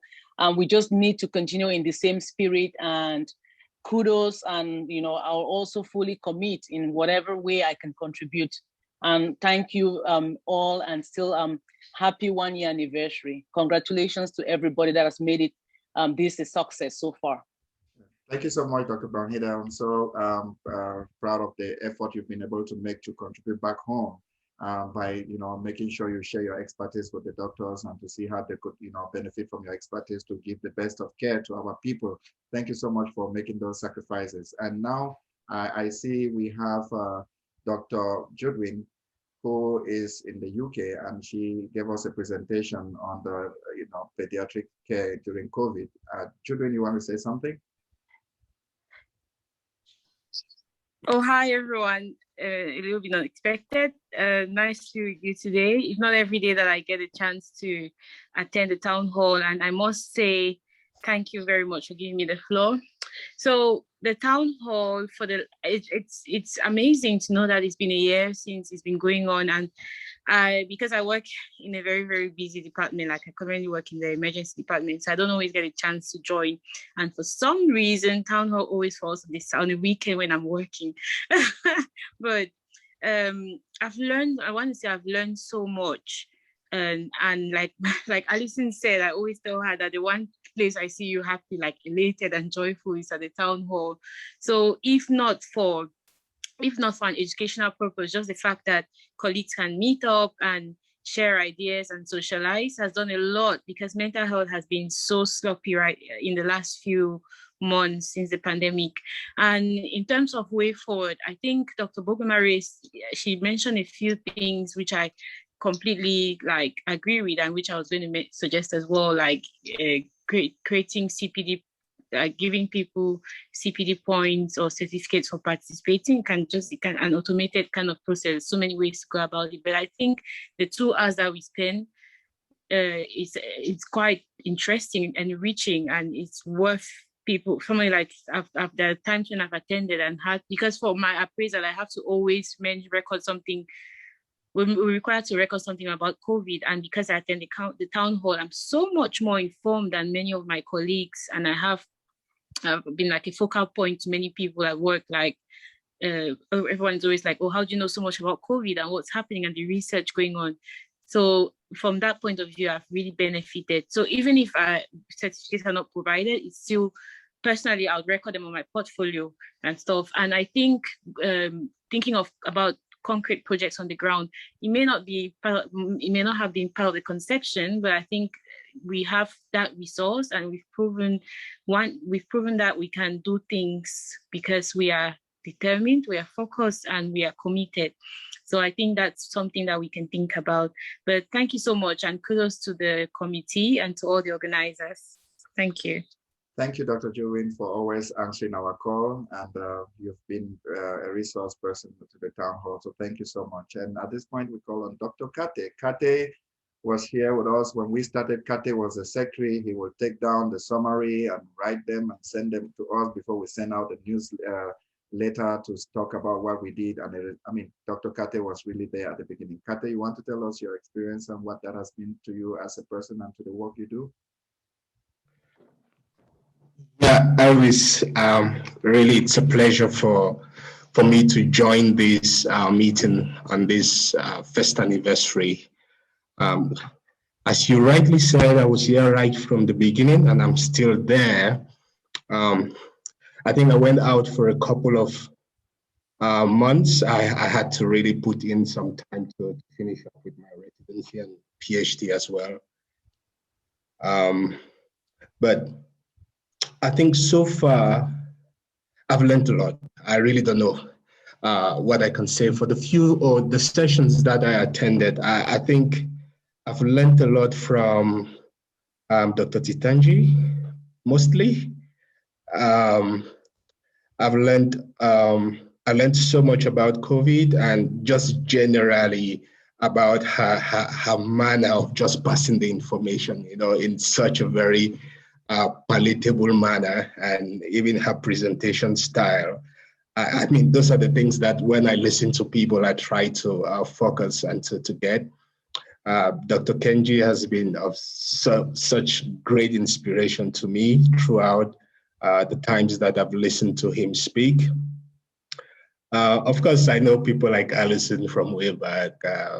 Brian, of course, is my 90-minute man from way back. And I've met lots of other people. And of course, Mono also is really a great inspiration to all of us as a big brother. And I see many other people, Wingo. So I really just want to greet everyone. And it's been an interesting experience. And with regards to what I think we can add going forward, I would say probably let's stick to the time issue. I know the parking lot discussion is very important, and at times we can go on and on. But if we say we are doing 2 hours, we should stick to 2 hours of presentation and rapidly go into the parking lot. so that we don't keep people for so many hours. And secondly, Dr. Titanji mentioned actually producing or having some, town hall like outputs. It could be in the form of research, it could be in the form of mentorship, and hopefully, I think Muna and I are working on some data. I think hopefully we are going to present that data maybe in the few coming weeks. And so really there are things that are going on, and I just really want to thank everybody. And thank you, Elvis, for being such a wonderful moderator. And thank you to everyone. Yeah, thank you so much, Dr. Kate. I mean, you really made us feel like we had to do this work to the end, because your contribution has always been very great to us. Thank you for the work you are doing. I know when it comes to diabetes, you are so passionate about it, and you've been doing so much in that field. Keep on with the good work, and your love for country is really evidenced by your presence there, always on the ground to the work you do. Thank you, thank you. And at this point, I want to call Dr. Wingo, if you don't mind, Dr. Wingo.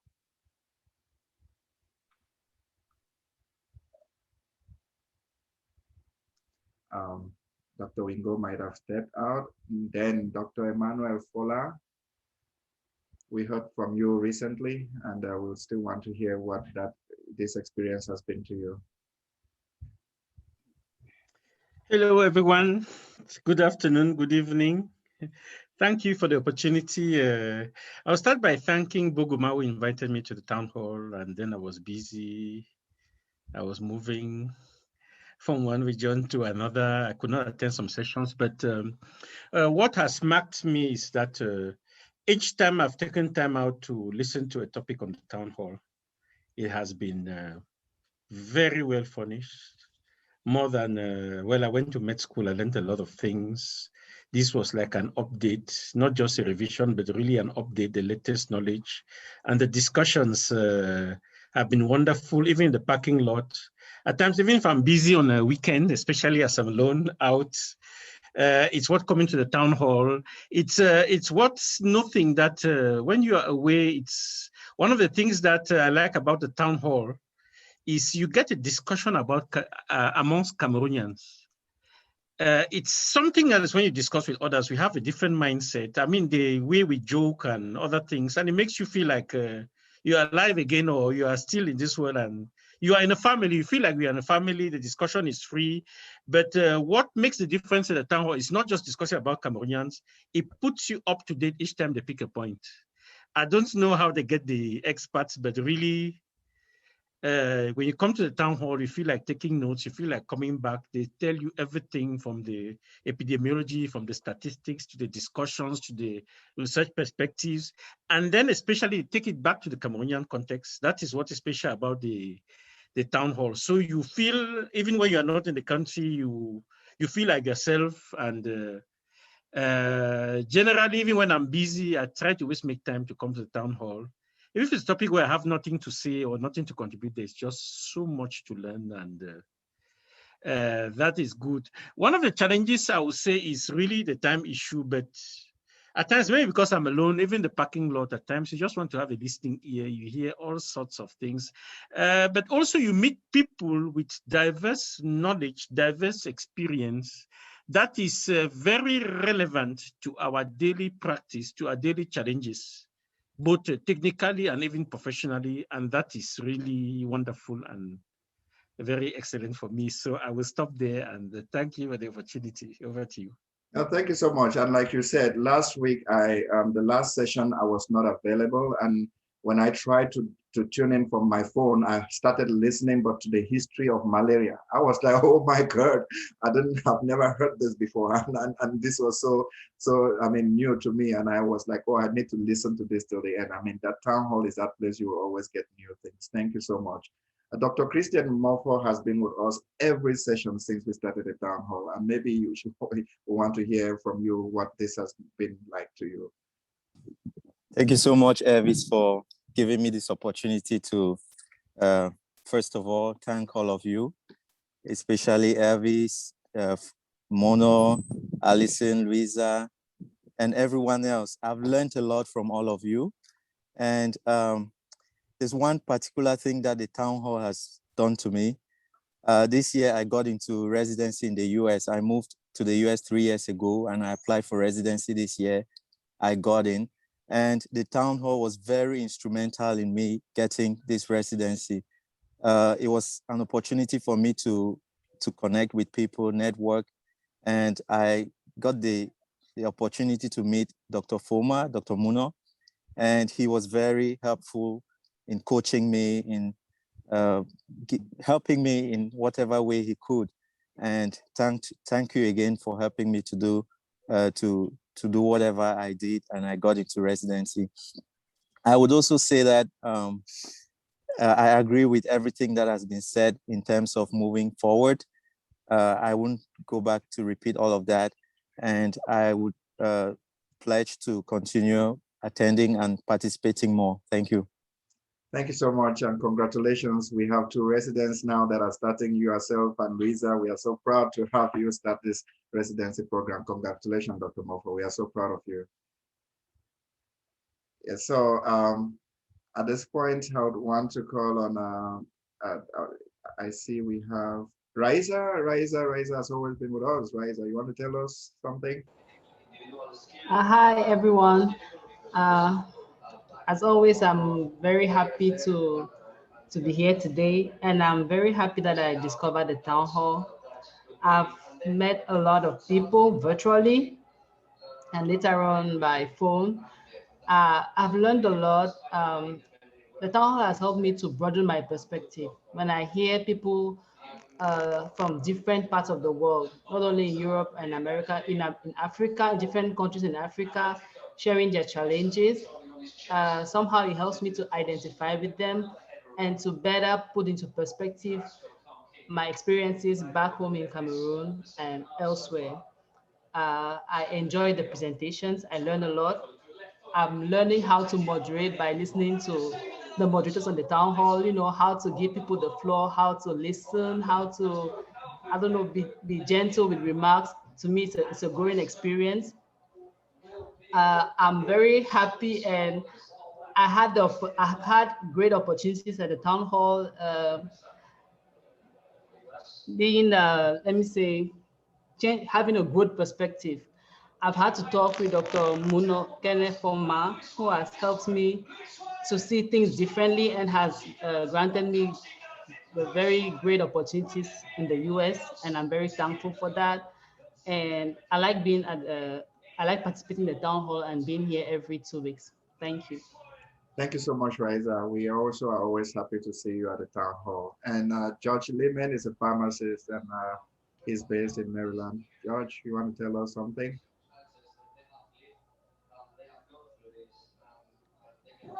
Hi, I don't know if you can hear me. In the middle of chores for the weekend. Like I said, I'm a pharmacist, not in Maryland. I went to school in Maryland. Oh, great. Currently doing a residency in West Virginia and looking forward to graduating in June. And one of the things I have benefited attending this town hall has been just to appreciate the diversity, the skills we have in our community, the different people I've been able to connect. I think I have a few people's numbers, so we have different personal conversations, even on things that are not related to the town hall. So for me, it's been that connection. I haven't seen a lot of things that I can contribute besides listening as a pharmacist, or perhaps not really listening. So besides listening to all the expertise, I have really benefited a lot of things from the talks. Listening to Dr. Boguma Titanji, Dr. Kenji, Dr. Muno. I think those are some of the names I remember. And I've also reached out to engage with some of the people on LinkedIn and using their stories, using their passion to see where mine can fit and how at some point, despite the fact that I'm a pharmacist, pharmaceutical, whatever, there is something I may contribute to the community. So I'm still trying to pick my brain to see at what point there'll be a topic that I can contribute to something. So great platform, letting me not connect just with the people outside of the country, but also people back in Cameroon. So I have some doctors that I trust back home. Well, I have relatives who are doctors, but I have now a broader scope of if I need care somewhere in Douala or Yaoundé, say, hey, I saw this name on the town hall. Can they give me a referral? So I think building that community, knowing each other, what each of us does, I think is a very useful thing. I plan to continue to listen. I hope when I finish my residency, my Saturdays will be mine, so I can have more time to come into the and thank you for everything you do. Thank you so much, George. Thank you for always being at the town hall. There was a time last year we had a conversation at the town hall on the way forward, and we wanted to discuss. I mean, that was at the end of the year, and we put it to a debate and a vote, subsequent vote, to see whether we should continue every fortnight or we should do the town hall monthly, once a month, or maybe after 2 months. And before we had that election, I told Kenneth that be sure that everybody will say we should do it once a month, because I think people are tired coming here every fortnight. But when we opened the floor, we were surprised that 80% of the people said it should be every fortnight, it should be every 2 weeks. And so that shows that we are all very connected and we want to see each other, every fortnight. And I'm so happy that we are still on and we will continue. Dr. Christelle is on, and we would like to hear from you what this means to you. Hi, everyone. Thank you for giving me the floor. I was not expecting to say anything. I'm among the recent comers in the town hall. So thank you for the opportunity. It has been good. What I can say so far is that it gives courage to and give the floor to many people to express themselves in case you have something you want to share an experience. You want to share from a field you mastered the most. I think the Cameroon Town Hall is the best place to propose what you want to do, and then you have the floor to discuss and exchange and meet others from other countries. I mean, Cameroonians from other countries, living in other countries, and we put together the ideas and we discuss among each other. So it has been a nice opportunity for me as well. And I wish many more years to this very dynamic group, and to each and everyone, stick in and don't get out for whatever reason, be it time or busyness, just find a way and stick on it. Thank you very much. Oh, thank you so much. Thanks for the encouragement. And we call on Dr. Solange Obama. And if not, Armstrong, you want to say a word? There might have been people who just joined in just today, and you might have listened to the summary of what we were able to do, and maybe you have a word to say. I would want to open the floor to anybody who wants to speak. Maybe you just indicate with your hand. If I haven't called your name, I just call the names at random, and I'm sure Dr. Wingo is back, and he'll want to take it away from me now.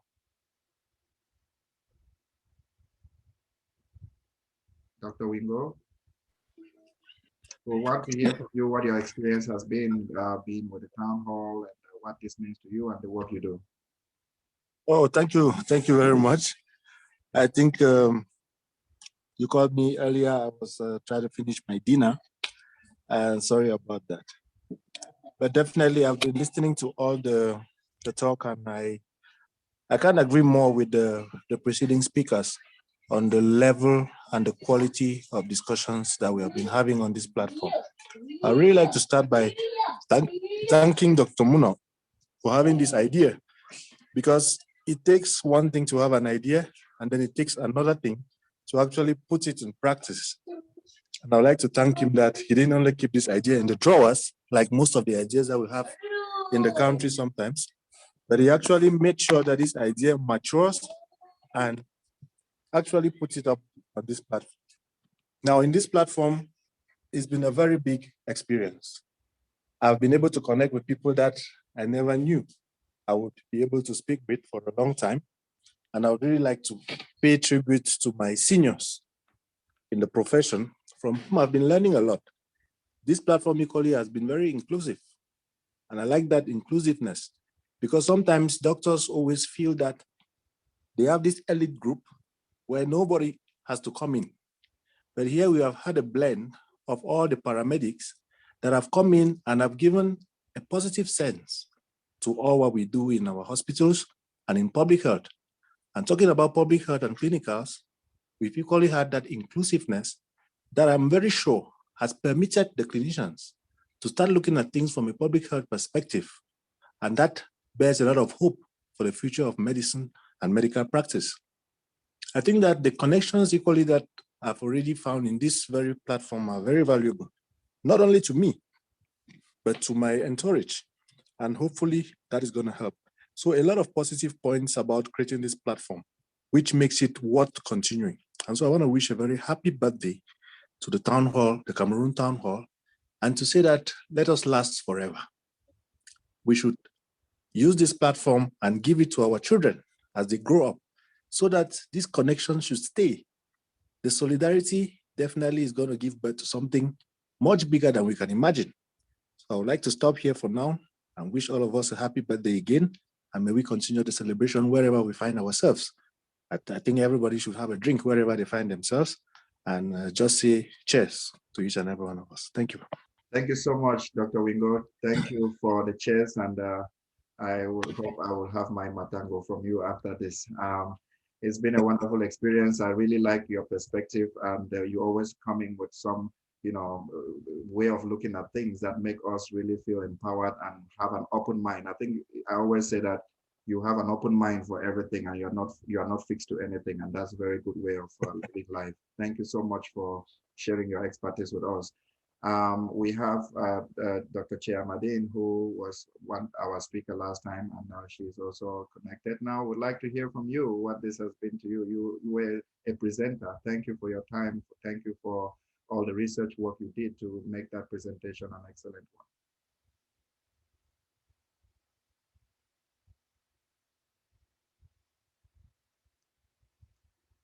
While we wait on her, I think, is she connected?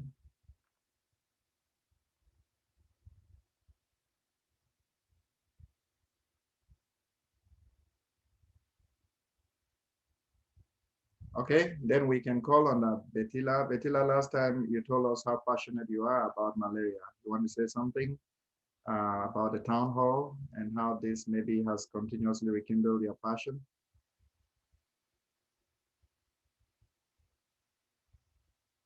Dr. Betty, you have Betila.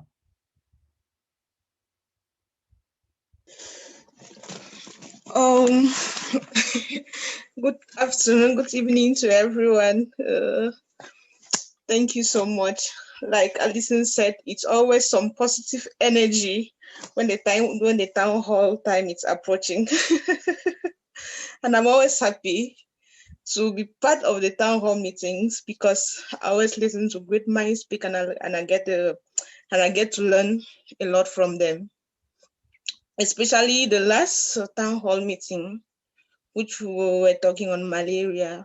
I really learned a lot on that because right now I'm working on malaria, and I gathered some papers from there which are actually helping me presently. I will really look forward to participating more in the town hall meetings. As of now, sorry, I'm a bit distracted, but I think I'll have more to share later. Thank you.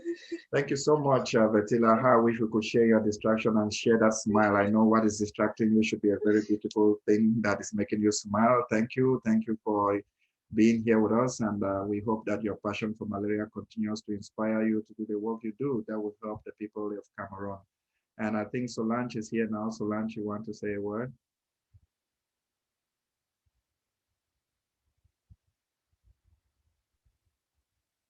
Good evening, good afternoon to everyone. It's been a pleasure being on the town hall. Personally, I have learned a lot. I can remember that at one time where we were in the heart of COVID, and I reached out to Brian, I think, by the way, hello to you, Grandfrey. I reached out to him and I said, look, one of the best things that has happened where I work is that, Despite everything, mothers and families have continued to vaccinate their infants. But right now, I'm having a lot of resistance. I have people who have trusted, this whole EPI projects for years who are pulling out. If it continues like this, I don't know what we are going to do. And seemingly, it was not only my challenge. So the platform has made me connect to George, who spoke just a couple of minutes ago, and to other people. Thank you very much for this opportunity that you have given us to learn, to share. And because of this town hall, many ideas have been birthed. For example, I'm rounding up with my master's in epidemiology. And one of the things I want to explore is how COVID has affected, not only us as professionals, how we deliver vaccines for children aged 0 to 24 months. So it's been an enriching experience for me. And thank you very much to the team. Thanks. Yeah, thank you so much. Continue to be with us, and we do hope that there are better days ahead for us. So thank you so much. Thank you.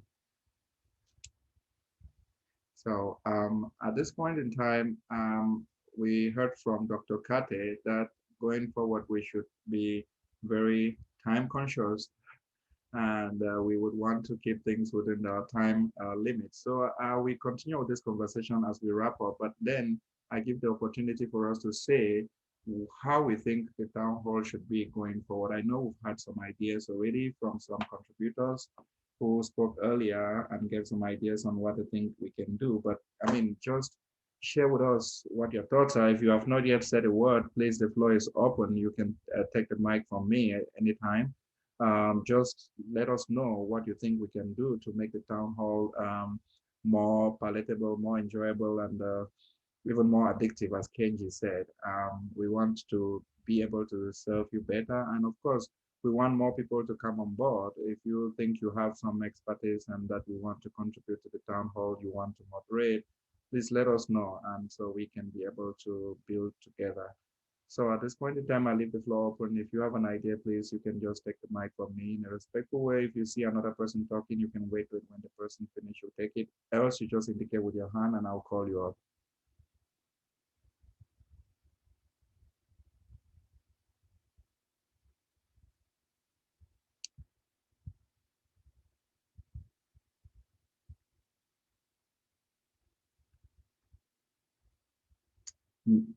Do we have Minette?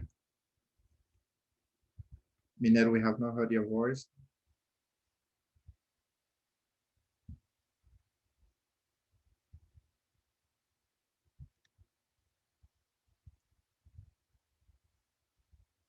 Good.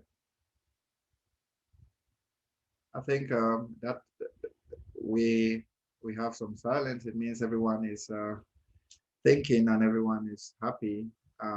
It's 1 year. We are 1 year old. We are happy. Happy birthday to all of you for the town hall for healthcare professionals. We do hope that this will continue to be a platform that we will come together every fortnight to have this. Elvis. Yes. Hello. Elvis. Yes, Dr. Wingo. Yes, thank you. I just wanted to think a little aloud on we have a monolingual platform up to now. Are there any prospects of getting our counterparts in the French-speaking zones? Is this monolingual nature a limitation to getting more people on our platforms? I don't know if there has been any particular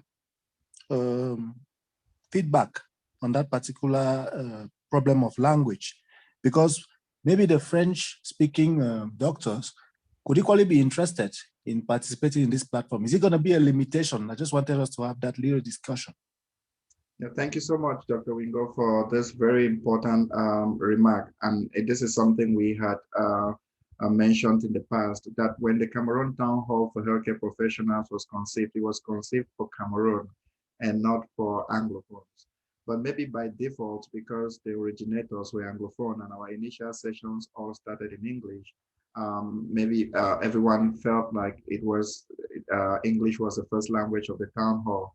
But we had a session here where we brought, I think that was we brought a doctor here that spoke in French, and we were all happy because he actually did his presentation in French and English. And we have not put in any barrier for our French-speaking brothers to join the town hall. It might have been an invisible barrier that we have taken note of course, and we want to encourage that we reach out to our Francophone brothers as much as we can to say that if there is anybody who wants to do a presentation in French, please feel free to come on board and do your presentation in French, because at least we are blessed that most of us at least understand a little bit of French, even if we cannot understand the detail. Then there can always be a summary that is done in English to let those who did not get it all in French to capture some bits and pieces of the presentation. So it is open. It is a Cameroon Town Hall for Healthcare Professionals. And as the name goes, we stand for Cameroon, and we want to encourage every person to join the town hall, be you Francophone, be you, what part of the country. This is a town hall for Cameroon healthcare professionals. A language might have been a barrier just because most of the experts we reach out to are Anglophones, and because of their availability, we have actually made some efforts to reach out to experts, and they say, well, I would like to present in French. And we say, yes, you feel free to present in French, but sometimes you might feel like I'm presenting in French to most people who are English, so I don't feel comfortable. So it might be a kind of a self-limiting situation we are facing, where people are self-excluding themselves because of the feeling. But I think we need to do something about it. We don't feel comfortable about it. We need to do something about it. And I welcome your ideas on how we can do to make it more inclusive, to get more Francophones to come on board. It's very important. And thank you so much, Dr. Wingo, for bringing this up. Elvis, maybe I'll just add to what you've said, that if there are people in the platform who can also provide us some technical support at the back with regards to things like preparing flyers in French and ensuring that the translation is perfectly done, please feel free to just reach out to either Dr. Muno or any of the moderators. I think that could also be a way forward to make sure that the flyer is sent out both in English and in French, in addition to looking for presenters in both languages. Great. That's very important. Thank you, Alison, for I think he's very, very bilingual. I don't know why he hasn't done that before. Okay. Yeah, so we've taken note of that, Dr. Wingo. I think it's a very important point. And, it's not really any deliberate kind of bias that we created, but we're going to work on it.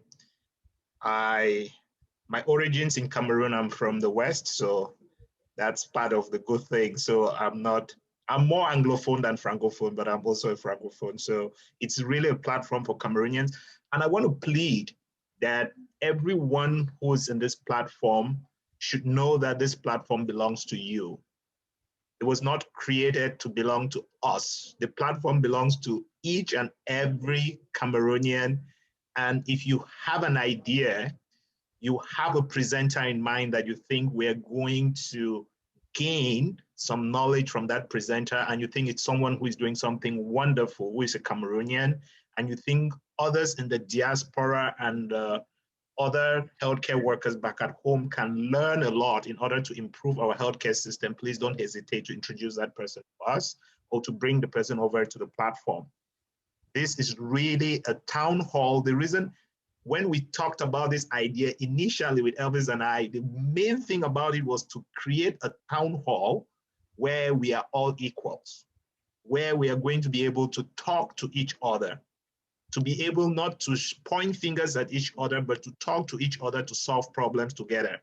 Not those in the diaspora pointing fingers at those at home pointing fingers at those in the diaspora, but where we can talk together and really come to solve Cameroonian problems firsthand by talking about them. So it's a platform that belongs to all the participants, and please do not hesitate. I know in the weeks coming or the months coming, we're inviting the anesthesiologists, nurses in America, pharmacists are also invited to come give us some talks. We are also inviting those in the community who have been affected by sickle cell itself. There's a lot coming. So please, those who think it's not ending, there's a lot in the scene coming. And please, if you have interesting topics, just let us know about them. Introduce us to those you think who can do the job better, so that after their presentations, we can have a discussion. That would be great. Yeah, thank you so much, Mano, for reminding us about this ownership of the town hall. It's our thing now. That's why we are still together up to this moment. Thank you. So at this point in time, I would like to thank everyone for being in the town hall. There is one part of the town hall which is called the parking lot. And this is that part which Kenji says is very addictive. Most often when we have ended the town hall, we or sometimes stay back just to have some conversation and network. And this is where people exchange numbers. This is where people ask for information. And it's always really informal, but also very organized and respectful. And after this, we're going to have another session of the town hall. And since it is our first anniversary, I'm sure during that town hall, we expect that Alison might have cooked some achu that we will eat there. And I'm sure that Brian must have prepared some white mimbo for us. Ladies and gentlemen, it's really been an exciting journey for 12 months being with you. I want to take this opportunity to thank you so much for always being there. Cameroon Town Hall for Healthcare Professionals have come to stay. And we do hope that all the wonderful suggestions you have given will help us to move forward and to serve you better. And we do hope that if you have some colleagues who are French speaking who want to co-moderate with us also in French, please, I would want to have some suggestions and some, so we can start coordinating to see that in subsequent session, if we have a French presenter, we can also have a co-moderator that will moderate, help us moderate too in French. Thank you once again for tuning in for this edition of the Cameroon Town Hall for Healthcare Professionals. It has been a great delight being with you. I wish you an excellent weekend and see you again in a fortnight. And of course, we are going to stop the recording and then we will be able to see what the parking lot will look like. Thank you so much.